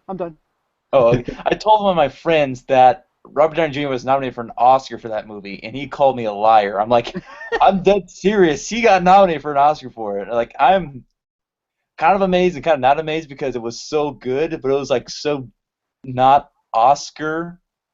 Like, it wasn't made for the Oscars. And I showed him the IMDb. He's like, yep, he was nominated for an Oscar. He's like, wow, that is definitely not friendly for the Oscars right there. But he definitely deserved it. He deserved that nomination. You could watch that movie twice in a row. Watch it once by itself, and then watch it with the commentary, and you're getting an extra movie with that character. It's just absolutely brilliant. I need to see that now. Yeah. Anyway, our X-Men talk kind of turned into something. Sorry, my stupid theory. I apologize. Fine. Let's bring it back in. I'm going to reel it in. We'll give our scores, but just before we do, I do want to say that at least 1 point for my X-Men score goes to the fact that Gina Carano is in it, and I love Gina Carano. I gotta say, I'll watch anything with Gina Carano in. I not only think that she's kick-ass, but I actually think she's a decent actress. The bad guy? Yeah, the bad guy. Yeah, Angel. Yeah, she used to be a cage fighter. Well, a UFC fighter. Yeah, one of them things. But I actually think she can act. I've seen her in other films where I'm trying to think of that one. I can't remember the name of it. The Soderbergh movie? No, it was like a straight-to-DVD thing. But I watched it and I was like, actually, she gives a damn good performance in it. Her husband gets abducted and she has to find him. And there's a scene in a hospital where she's literally shopping his photo about, and she kind of breaks. She just gets pent up, and she gives a good performance. And I'm like, you know what? I'll say it. She's not only a good action star, she's a good actor. If she's given the role, if she's given the director to let her do it. So yeah, I'm a big Gina Carano fan. But there you go. Anyway, Deadpool gets a 9 out of 10 from me. David, what are you going to give it? Okay. When I made that statement earlier that Days of Future Past was the best, I forgot we were talking about Deadpool. I retract that statement. Deadpool is the best X-Men-based character movie out of all of them. I love this movie. I can't think of any issue with it that really would hold me back from enjoying it. There's probably some issues within it that I haven't noticed yet, but every time I just pop it in, I still laugh to this day about every joke. I quote it constantly, cleanly, that is, not vulgarly like he does. But I just got back from my summer job. I was quoting it to everybody, and they're like, what the heck are you talking about? So this movie gets a 10 out of 10 for me. It's, golly, I thought no movie would come close to my experience with The Force Awakens within maybe a few years, but Deadpool, like 2 months after, it comes pretty stinking close to that experience I had with The Force Awakens. So it's easily the top movie right now for me, not just superheroes, but movies in general for the year so far. So 10 out of 10. Quarter portion. Luke?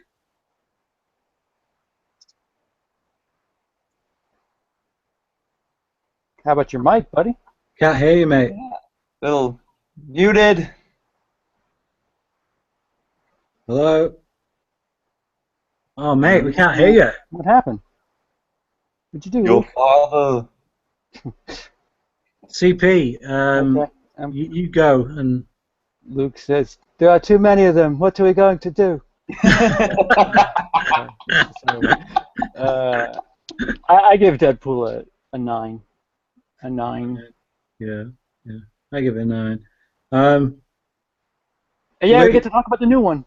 Oh wait. Luke, give us your rating with your fingers. What'd you give it? Does anybody know sign language? Mhm. Does he know sign language? I don't know. 2. What is 7? that? I can't see hands. 5 plus 5. 7. 7. Oh, 7. 7? Wow. Blasphemy. Okay. Blimey. 7 from Luke. Okay, moving on. I don't know what's going on there, Luke, with your mic. Can you hear me now? Yeah. Yes, we can. Hey, right. 7.5. That's what I was trying to get. Uh, Oh, I 7.5. gave 0.5 with his And just to add in, I think that Ryan Reynolds' portrayal of the character is perfect. Like, he's so suited to it. So there you go. That's just mine. What are we I don't know going what to happened there, but there you go. There are too many of them. You're the greatest Jedi ever, Master. I don't like sand. Then don't go to Florida. Sorry. That's another thing, actually. That's another thing about Deadpool is the villain guy that was in it. Oh, I think he's so underrated. I think he's probably... Terrible in Transporter Refuel. Oh my God. He was Absolutely so bad. terrible. And then, so when I found out he was the villain in Deadpool, I was like, oh no. They really did skimp on the budget, didn't they? What's really But sad he's really good. is that he was in Game of Thrones for 3 episodes. He left the show just to be in Transporter. One of the worst career decisions you could ever make. Wow. But thankfully he made up for it with Deadpool. Yeah. His performance in Deadpool is definitely a completely different kettle of fish to Transport or Refuel. He's not going to win any awards for it by any means, but God bless Fox and their 2015, huh? yeah, do that. Right, okay. So this brings us, guys, to the last and current X-Men film that is doing the rounds at cinemas, which is Then Wolverine 3. Oh wait, no, too early. X-Men Apocalypse. Okay, I'll say it right off the bat. Of the new, like the first class kind of era of X-Men films, I think this is the weakest. I don't think it's as good as First Class, which is still my favourite, and Days of Future Past it's almost on a par for me with First Class. But I still think it's a strong X-Men film. I think the biggest weakness is that it treads too much old ground that we've seen before. I think the strongest thing in it is Fassbender once again as Magneto. I like Apocalypse, the villain, but I feel like other than Magneto, the other horsemen that he recruits are just not really fleshed out at all. They don't feel like characters at all. I think I come away from the film and I think about Psylocke and I'm like, I honestly couldn't tell you anything about her as a character beyond the fact that she has a cool weapon and a really sexy outfit. And Storm. Say that again, sorry. And she dates Aaron Rodgers. It's like that's nothing to him. Yeah, nothing. That flew over my head. Yeah, Brit, David, you're talking to Brit. Look at that G right there. You'll understand. I don't think he understands that either. If you're talking sports, then you're talking to the wrong man. Okay, I'm sorry. Just mention football. Mention football. Quarterback, football player. It's like David Beckham. That's the reaction you get. Sport. Balls you know with David Beckham? Hey, That's one of your guys, David Beckham. couldn't give a toss, mate. Couldn't give a toss. But you know who he is, though, right? I know who he is, but I All right, so couldn't give Aaron Rodgers is kind of like David Beckham over here. She's, whatever. All right, couldn't so, give a toss. yeah. Right. So anyway, What do you think about that? hey, we don't talk sport on this channel. Okay. Hey guys, Star Wars. I'll Okay, see your Star Wars so- and raise you Star Wars. So basically, Psylocke, I just felt, beyond looking cool and having a cool weapon, she's not a character. And Storm didn't really get much better treatment in this than she's got in previous films. Probably less so, to be honest. I think, like, okay, here's one of the things that really annoyed me in it. Magneto, right. Before we continue, to anyone that's watching, we must warn you, there's going to be spoilers right now. If you don't want Apocalypse spoiling, turn off, go and watch it, come back, watch this later. One of the things that really bugs me about the film is Magneto, at one point, under his own volition, when he's right near the end of the film, where he's destroying half the planet by pulling all the metal out of the ground, like literally in one shot you see a building go down which must have had thousands of people in it, and that was just in one area that they showed you. Like tons of other places around the world were being affected at that time. Then at the end of the film, just because he has a change of heart like that, bizarrely, it's almost like a Martha moment again, but people don't criticize it. Literally, you get Mystique going over, even though people have already been like Xavier has been in his head talking to him, telling him he knows he's good in him and all that. But when Mystique does it, she comes, she says one little thing to him, and all of a sudden he has a change of heart. Then at the end, they're all buddy-buddy. And it's like, because Magneto has that change of heart and stops doing what he's doing, it doesn't negate the fact that he's still just wiped out thousands upon thousands of people because of his actions. So the fact that they can let him walk away from that at the end is preposterous to me. He should be locked up again. Like even from Xavier's standpoint, Xavier should be like, dude, I'm still your friend. I still believe there's good in you. I saw that when you changed your mind. But the fact of the matter is, you just killed thousands of people. My hands are tied. We got to shop you in. So when they're still kind of buddy at the end, and he walks off, that just really, I thought that was that. Yeah. That being said, I did really enjoy the film. What the heck was that?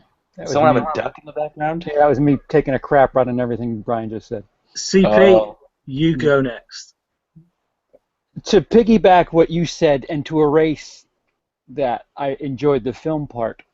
On top of that, you have this biblical copy, basically, the Apocalypse character, right down to the Four Horsemen thing. You build him up as this badass, and there's just nothing. There's just, like, excuse my phrase, but like it's almost blue balls for the shoes that they give this villain. There's just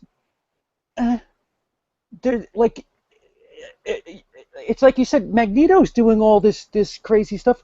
Why not have Apocalypse? Like I don't understand. Like they marveled it. They finally marveled the villain. Like I'm dying to know what Marvel would do with the Apocalypse villain. because they could flesh out the most boring characters, and I was so on board just with the fact that his name was in this movie, and it just so like, what did he do? Like, what, like, he's the like, literally the apocalypse, and what does he end up doing? Mm.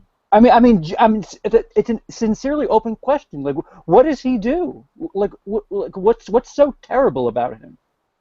Yeah, it's like he takes 4 mutants and makes their power more amplified. Right. If he can do that with 4, he can do it with 5. He could do it with 10. He could do it with 100.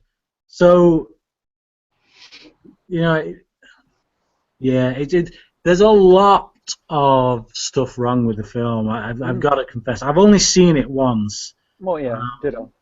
I wanted to love it. I did. I wanted to love it.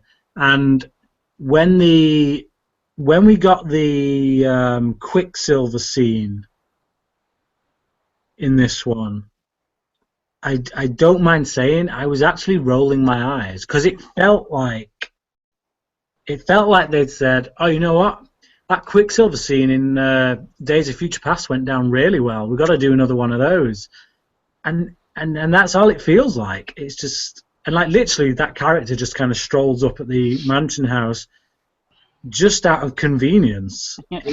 It's very convenient that he shows up at that moment so that we can get, and it's framed in the exact same way as the last one. He puts his headphones on, we listen to a groovy track from the era, and he does his business, and we see some cool special effects. And by that point, I'm like, this is old news. So again, tell us how you like the film. It's just, see, the thing is, I've not reviewed this film on my channel.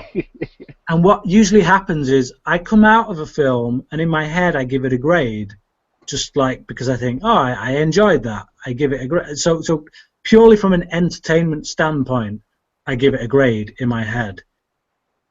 Now, when I review a film, I sit down in front of the camera and I think about it. I think about all the things I want to talk about. And as I get into it, as I start talking about it, things start to shape that score in my head. Now, like I said, I've not reviewed this on my channel yet, so I'm kind of doing that now here with you guys. This is like the first time I've actually sat down and started reviewing it.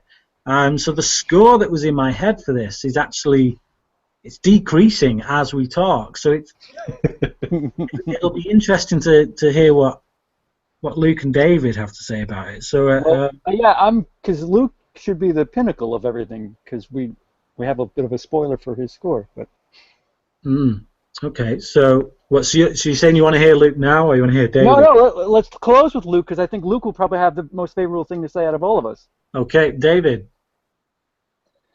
I'm curious what that is then, but oh man, that makes me, and that's really okay. So coming into 2016, obviously BVS. This is what I was thinking. I was thinking BVS would be my favorite of the year, and Apocalypse would be the best of the year.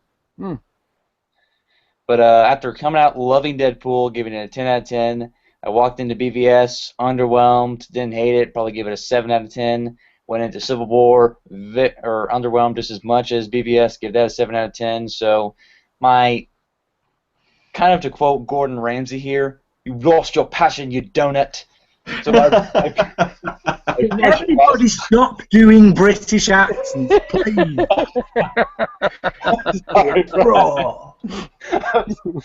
Sorry, I quote Gordon Ramsay all the time because I love Kitchen Nightmares. So I hope I didn't offend all of Great Britain there. I apologize. So anyways, we have him now. We're offending them. He's over here. After being sorely disappointed by BVS and Civil War, but still liking them, my passion and my excitement for superhero movies and kind of movies in general was a little bit lost, and a little bit of the dead zone or the phantom zone. And then I saw the Rotten Tomatoes scores. Like, oh great, Apocalypse is going to be the same thing as these other two. I'm not going to like it as much as everybody else. But I walked in and I really enjoyed the movie. I thought the opening was probably the best opening out of any of the X-Men movies. That then led into the da da da da da da, and then I really love how it kind of like introduced us to uh, the newer versions of the old X-Men, like Scott Summers, Jean Grey, and all of them. Because even though I like First Class, I really missed Wolverine, Cyclops, Storm, and Jean Grey. But I understood what they were going for there. But I really enjoyed how they like set him up. I hear a lot of people say they don't like Sophie Turner as Jean Grey, but I really thought she was the best out of all of them, and she really just kind of proved to me that she's not just this shy, timid Sansa Stark girl in Game of Thrones. She really does have a lot of emotional connections that you can bring to Jean Grey, and I wasn't that keen on Jean Grey. I didn't like her performance at all. I thought it was a bit stilted. I'd actually say Nightcrawler was probably my favourite of the new ones. He was great. I really like Nightcrawler. I didn't like the introduction with Nightcrawler and Archangel. I think they probably should have cut that out and try to reintroduce him a new way. But I really did like all the new characters.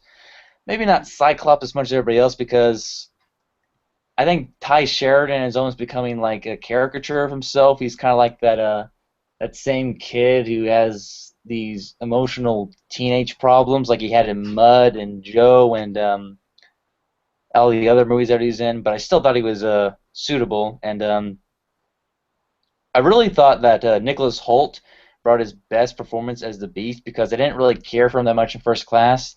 I liked him a lot more in Days of Future Past. I thought he really brought his performance full circle in this one. And, I think McAvoy was great as Professor X as always. Apocalypse, when it comes to him, I think he's played well by Oscar Isaac. I'll get into the character a little later. But the standout for me was Magneto. I think Michael Fassbender has almost transcended the character that you can differentiate his Magneto and Ian McKellen's Magneto, because I thought that scene in the forest, I felt his pain. I felt his agony. That was the best scene in the film. It's the reason Magneto is my favourite part of the film, despite what happens towards the end. I love all that stuff with the factory workers and that community that he's in, how he's hiding out. I liked the film a lot up to that point. But there's something else you said I just wanted to touch on. I can't remember what it was. Hey. No, I'm being an idiot. I said Yeah. Okay, so Oh wait, I'm sorry. Well, there's uncomfortable silence. As much as I was underwhelmed with Apocalypse, I will say, for as rushed as they took that Jean Grey storyline and kind of accelerated everything that was in the first trilogy, I kind of dug that. I don't know how, but how we got to see Phoenix was kind of, or implied Phoenix. kind of teased a bit. Yeah. Sorry, I'm done. Yeah. So a little nugget here when he's in the factory and it's very like dark and like serious, and then all of a sudden he turns around and is like, "Who are you?" And Apocalypse showed up. It was like, okay, a nice little sense of humor, because they always have that one F-bomb that they can just drop. They've all been great in this Bryan Singer, Matthew Vaughn prequel trilogy.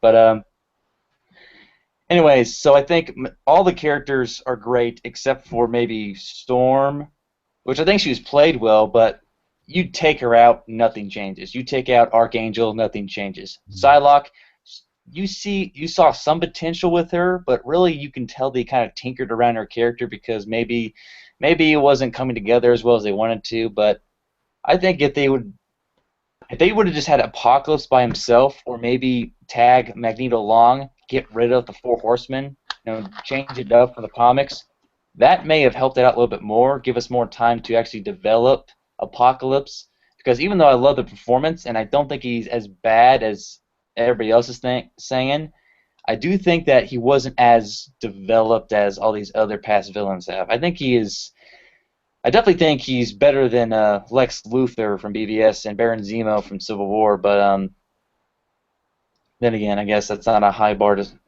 judge it based off of. I've got to disagree there. I got to jump in. I don't think he was as good as Baron Zemo at all. I think he's more comic book villainy than Baron Zemo was, but I found Baron Zemo more relatable. I found him a more sympathetic character. I felt like his motivations were a lot clearer rather than just, oh, I want to dominate the world, which is really all I get from Apocalypse, is that he wants to rule the world. He wants people to bow down before him. He's got a god complex. And he's buried, and like what possesses the people? I forgot. So he was buried, and then somebody like how do they get him out? I think it was the sun. Is that what it was? I think so, because I think I was watching one of the big timers I watch reviewing it. He was like going on a rant about Moira McTaggart. How stupid is she? She's the whole reason Apocalypse came alive. She brought down the stupid sun. It's kind of like, oh yeah, don't press the red button. You pretty much killed millions of people. Way to go. How are you still working for the CIA? You're not helping me formulate a better opinion of the film, David. To be honest, when you bring this stuff up, it just the score just keeps going down. Oh gosh! But is it still a good movie? It's an entertaining movie. Okay, I'll stop with the kind of fun trash. I'll tell you something from it that I loved, because I don't want to just bash it all the time. One scene that I really loved, and quite frankly, I felt this film suffered without him, is Wolverine. Now we got. I was okay up until like when Magneto kind of kills all those police guys who come to get him. Everything up to that was really strong, really set up nicely, really good character development. And again, like I say, Fassbender was fantastic. After that, the events that were happening were kind of like, they were really making me start to feel the loss of Wolverine. I wanted Wolverine in this movie quite badly after like 20 minutes on from that point. So when we do eventually get that scene with Wolverine, I was like, yes, come on. This is how the scene should have played in X-Men Origins Wolverine. But didn't, because they had to PG-13 it. And I gave it a 2 out of 10 because of that.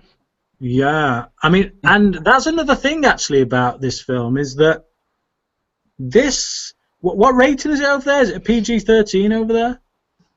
Yeah, it's PG-13 here. Yeah, so they get away with an awful lot in this, I think. Yeah, there's a lot more blood, a lot more graphic. There's a lot more blood. We get stuff with Wolverine that we didn't get in the previous ones, and we also get some really creepy stuff with like some of the stuff that Apocalypse does to his victims. Like there's one guy that he just puts into a wall. He beheads people. Yeah, and he beheads people. So they from a violence standpoint, given the rating, they get away with an awful lot that clearly they felt they couldn't get away with in X-Men Origins Wolverine. So yeah, I think that did add something to it. Like I say, particularly that scene with Wolverine, which I thought was unfortunately too short. Like Wolverine being in the film was too short, unfortunately. But obviously that scene was the bridge between the last film and obviously the next Wolverine film. So we know where we're going to find his character, so to speak. Almost in the same position he was in X-Men Origins Wolverine, which makes me a bit nervous, to be honest, about the next film. But we'll see where it goes. Luke, we've not really heard from you yet on this, so Yeah, sorry, I kind of my no, review's kind of long no, here. we've all been hard in it. So Luke, you go. Yeah, I really liked it. For sorry, you guys, I'm gonna head off. So it was good to catch up with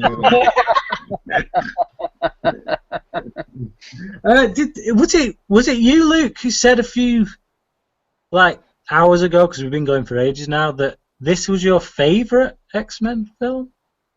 No, my favorite superhero film of this year. Right. That's why I said he should go last, because Yeah. He's Believe it the or one who not, said it's my this is- second favorite of the year. Yeah, I feel like it was just anything I can say from this point is just going to fall on deaf ears. But for the sake of giving my opinion, I loved it. And to go back to Civil War, I thought that was great. But I was starting to feel that superhero movie fatigue. I don't know. There's just something about it. I loved it, but I was like, oh, there's more of this stuff. And when Apocalypse was coming out, the trailers, I was like, this looks like just hot garbage. It just looks like big special effects. I went to it with a real kind of low expectation, and I was not blown away by it, but I loved everything about it. It was simple. You look at a character like Baron Zemo in Civil War, who had this great motivation, and it was like, oh, that's really clever and smart, and this was really interesting. Apocalypse, big blue dude, wants to destroy the whole world. Has a couple of speeches about false gods. That's it, and I loved that. It was simple to the point. I liked all the characters. I liked the new ones. Jean Grey was great, I thought. Nightcrawler was funny. It had humor that made everyone in the cinema laugh, but it wasn't over the top. And I find all the Marvel films funny, but it comes to a point where it's just a joke every couple of minutes. With Deadpool, I think it works more to its own thing. But Apocalypse had some really funny moments without being over the top or going to the well of joking all the time. The Four Horsemen thing, you can definitely argue that they're not really. Well, you got Magneto, who was probably the best thing about the film for me again. Who was the other? It was Psylocke. Dorn, Psylocke, and An Angel. See, that's it. You Angel. can't remember them. It was that. No. Let me get to this. I thought that Psylocke was the weakest there. I liked seeing Storm. Wasn't much to her character. Angel, I thought, was really interesting visually. I love that scene where Apocalypse gave him the new wings, and the Metallica coming in. That was really well done. but build their costumes. That was awesome. And a lot of people, they say, oh, these superhero films, there's too many characters, too much going on. You didn't need to flesh those characters out, I don't think. It just worked as it was for me. There's definitely issues with the film. What Brian was saying about the ending is very true with Magneto. He has killed all these people, and at the end, it is a bit that they're just like, okay, well, we'll see you later then. You see yourself out. But it's really weird. I'm going to have to call myself out as an absolute hypocrite here, because with Man of Steel, I was totally on board with they've killed, they destroyed the city and there's no repercussions and stuff.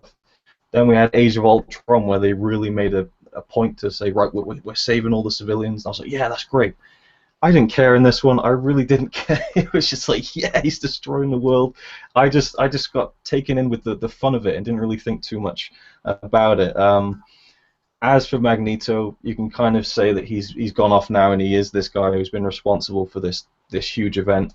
Where they'll take that in the next film, I don't know. But for me, it just had those big moments that were larger than life and just made me feel like, wow, just a big superhero film. It just had something the other films didn't for me. I don't know what it was. And maybe it's down to the strength of the performances. McAvoy, Fassbender. I thought Sophie Turner was very good. Man of Steel, the ending for that, it worked. I mean, I love Man of Steel. It's one of my favourite comic book movies.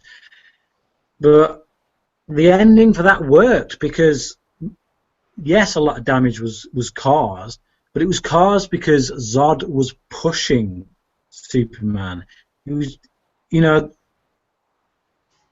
was only so much he could control that fight. Zod was I don't want to kind of confuse you here, Brian, but take a professional athlete. It's like a professional athlete going up against a high school athlete. That's what Superman is. He was the high schooler, and Zod was the professional. Yeah, well, that's it. He was a military guy. He was a proper general in the Kryptonian military, and it's like this. You know, this is Superman's first. It's his first outing, really, as Superman. His first proper conflict with someone who can actually give him a fight. You know, and that struggle, you know, it destroyed a large section of one city, and it was done in the effort of trying to defend that city. Whereas with Magneto, as a bad guy, he trashes goodness knows how many different cities, and then the people that like he knows just kind of sit down with him later and go, "Huh, well, that was a bit rough, wasn't it?" Anyway, Seeker, and it's like it's just like it doesn't, yeah, it doesn't compute in the same way, and it's like all those people who came out and ransacked Man of Steel because of that, because of what went, you know, because of that scene, because of the destruction. If you don't call X-Men Apocalypse out on it, then I'm sorry, but that stinks of Marvel fanboyism and you know this desire to attack DC and make sure they don't become as successful as Marvel in the cinematic world. It just does. So I mean, and at least the destruction in Man of Steel, and you can call it a response to the criticism all you want, I don't care, but they still responded to it. In Batman v Superman, that damage from Man of Steel had repercussions. They discussed it. It became part of the world. Whoa, Brian, hold on. Listen, I'm all for DC, Marvel. Like all of you are stupid. The sides thing is stupid. I agree. To go to the point, wait. To go to the point to say, oh, why'd they do that over there? Oh, don't worry, it's an inhabited island. Oh, Like why is that happening over there? Nobody's over there. Oh, why is it happening over there? Don't worry, nobody's over there. Like, we get it. You heard us. Like, that was a little I'm not talking about that. I'm not talking about those. That was excessive. Like, yeah, it was excessive. But I'm talking about the conflict between Batman v Superman. I'm talking about Bruce Wayne's hatred of Superman being a direct result of the damage he's seen. Now, I don't like the Marvel versus DC debate. I think a good film is a good film, and a bad film is a bad film. But if you're going to call one side out on a particular thing, then you should be willing to call all sides out on a particular thing. How about this, though? How about instead of doing, oh, why are they doing that over there? Oh, that's an inhabited island. Oh, why are they doing that over there? Nobody's there. Instead of doing that, how about make it so that Batman becomes exactly what he hates, and he fights with Superman, and then they take out another city? Wouldn't that be a better finish for that, rather than trying to appease the idiots on the internet? Sure. I mean, like character, no, it's. I'd rather they just didn't bother throwing those lines of dialogue in. Okay. Yeah. The movie would have worked perfectly without throwing those lines of dialogue in altogether. Boom, get rid of them. It's done. Sod the people who had the criticism for Man of Steel. If they hated Man of Steel that much, they're not coming back for Batman v Superman, so screw them. But yeah, the whole debate between Marvel versus DC annoys me. The debate should be, is this a good film or is it a bad film? But this suffers majorly from problems that were levelled at Man of Steel. But I thought Man of Steel handled it better. Yet this film doesn't seem to be getting the level of criticism Man of Steel got, even though it handles a similar problem worse than Man of Steel did. Just to clarify, I wasn't calling out Man of Steel. I was merely using it as a comparison. No, I know you weren't. I know you weren't. Okay. You were using it as a comparison because people have berated it so much for that ending.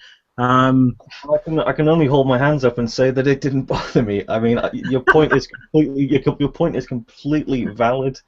It is strange, but just I don't know. I mean, Magneto is a very troubled character, and I loved how the bit at the beginning with his wife. And one thing I'll say, spoilers, when his wife and daughter were killed, and the arrow hits the girl, I was like, Oh, wait, it went through both their bodies? Like, it seemed a bit implausible that the wife got killed instantly as well.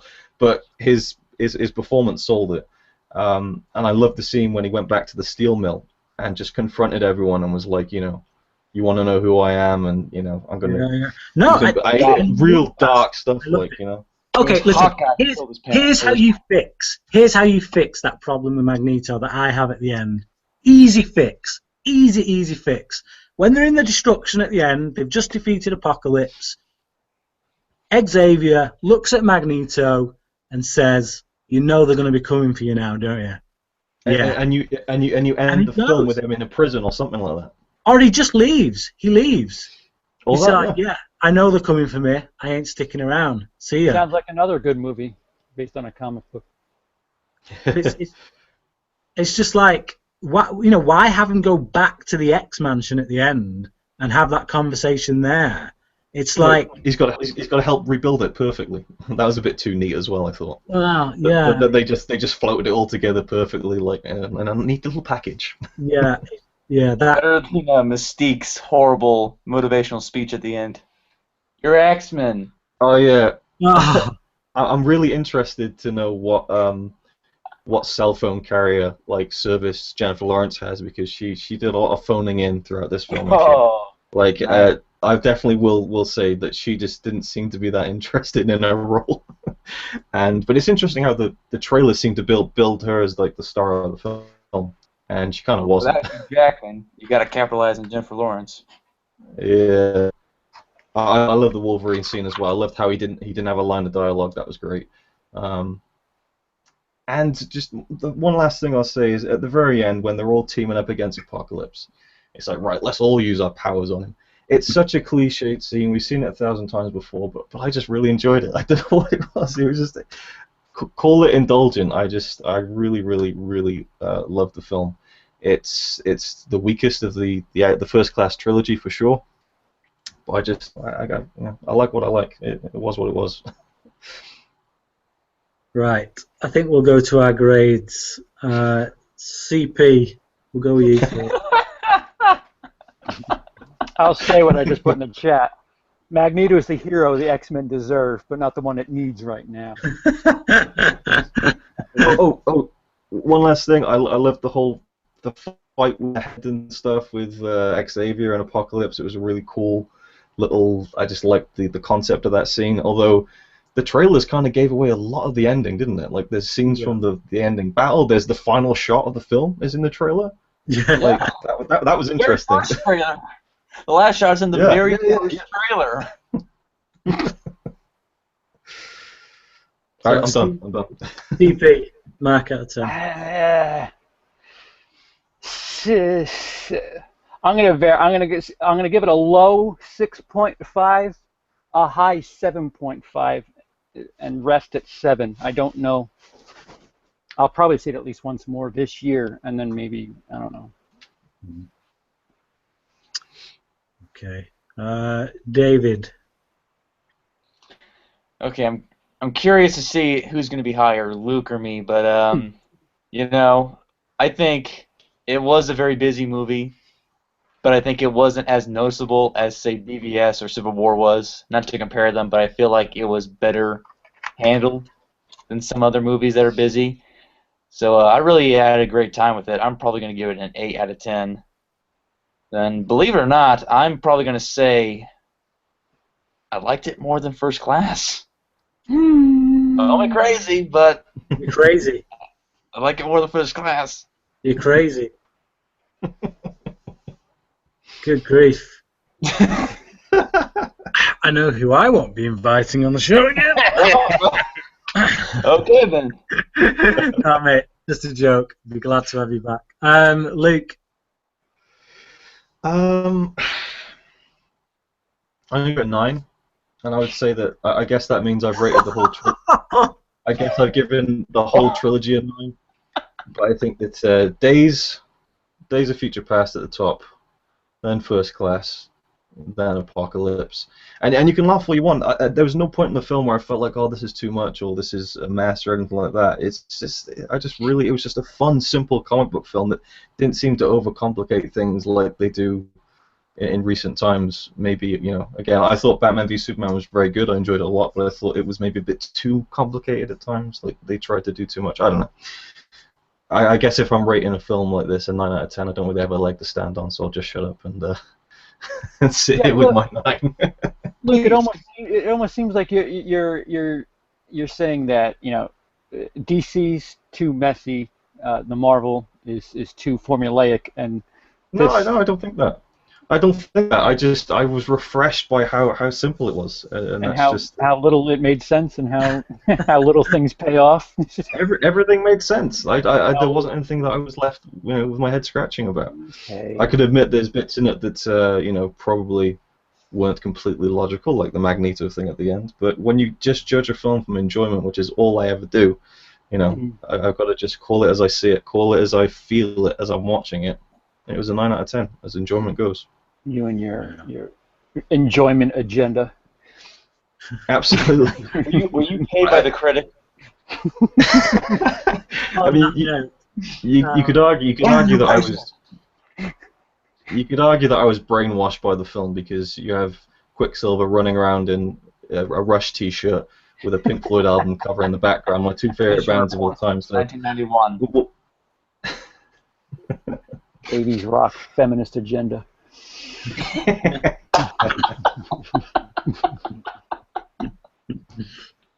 So yeah, I came out of the film and I knew that there were parts in it, like the middle section kind of had me a little bit underwhelmed because we had such great stuff with Magneto in the first like 25 minutes or so.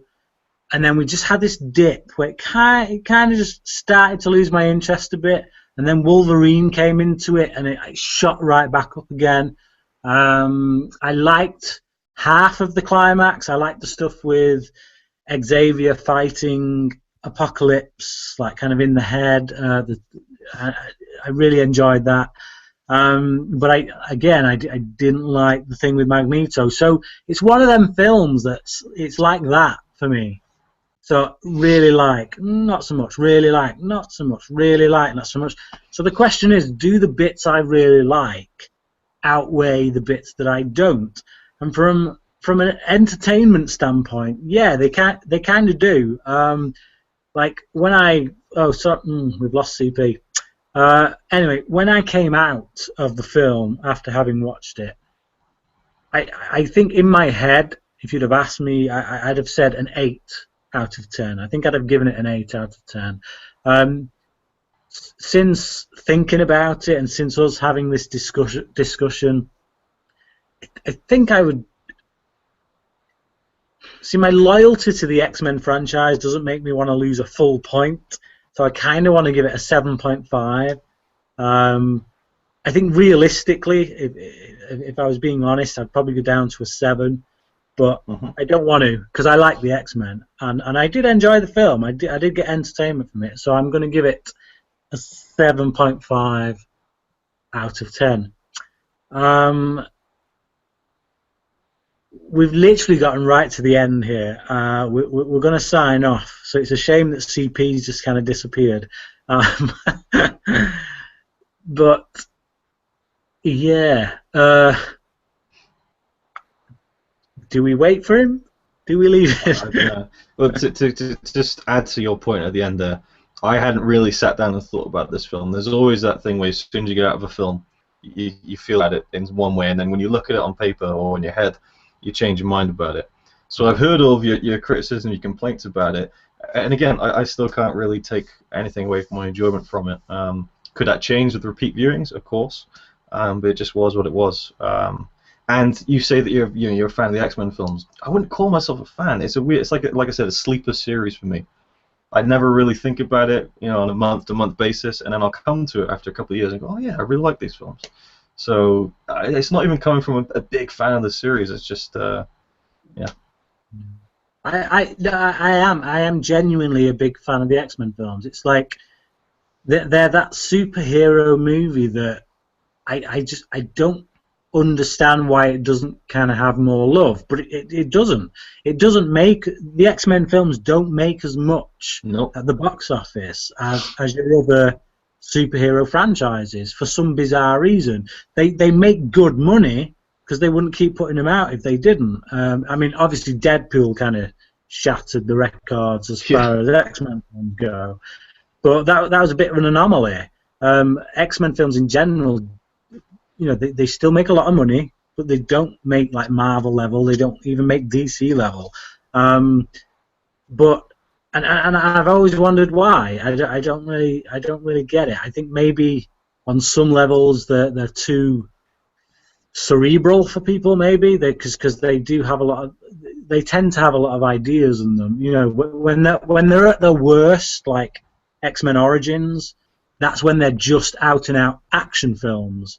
They're not really about ideas, but when they are at their best, when you've got X-Men 2 and you've got First Class and Days of Future Past, when they're actually about ideologies, conflicting ideologies, and about outcasts in society, like proper issues that you can relate to, they're more intelligent than the average comic book movie, and maybe that's to their detriment as far as cinema-going audiences go. But yeah, it's one of the things I've always loved about the franchise, and it's the reason I would call myself a fan of the X-Men films. Anyway, on that note, it doesn't appear like we're going to get CP back, unfortunately. So we will sign off without him. People know CP. If you watched my channel before, you know CP is in a lot of the stuff I do, like particularly the movie night film commentaries that we do every Thursday.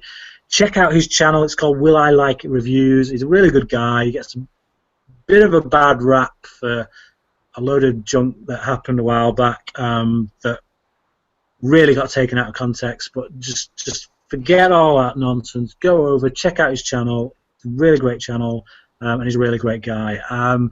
These two other guys that have both joined me tonight are new to my channel, but both equally great people. I'll let them tell you a bit about their channels, where you can find them, and then we'll sign off. David, we'll start with you. Tell people where they can find you and what you're about. Well, you can find me on Twitter and YouTube. On Twitter at master__DG. And on YouTube, you can find me just at my name, David Gerlach, Gerlach, because I know if you go there and you think about subscribing, but not really, you're going to wonder, why is this name spelled weird? I don't know. I'm German. I have German descent, whatever. But, yeah, anyways, what I'm about, really, is that currently right now I just review movies, trailers, talk about movie news. But it's actually going to... There's a lot of things going on behind the scenes on my channel. We're going to have a kind of a rebranding, so to speak. So if you like guys that just talk about movies, that give you their honest thoughts and just want to talk about movies and just express how they feel and want to share it with you, I'm your guy then. And if you like guys that are crazy, weird, and calls himself a sociopath, probably your guy too. So yeah, that's me. Go check him out. Luke? Yeah, the channel is Razor Wire Reviews. You can find all the other links from there. I do movie reviews, but I kind of just do whatever I feel like. So there might be the occasional vlog, there might be a gaming video, whatever. But usually it's movie reviews, and I do more kind of long-form videos that are marathons, where I'll kind of watch a bunch of films and talk about them over a long video. But that's really it, really. Again, we'll do the same thing. You know, I can't really sell myself much more than that. But it's been great being on the channel, Brian. It was cool to finally do one of these chats, and thanks for having me on. It's been great to have you both. I would love to have you both on again. Really good chatting with you. But yeah, to those who have watched this and who've managed to stick around for the 3 hours that we've been on, maybe 3 hours plus, I think. Yeah, thank you for watching. You may see us all together again at some point talking something else. But for now, goodbye. I'm knackered. I'm going to bed. So see ya. Bye. See ya.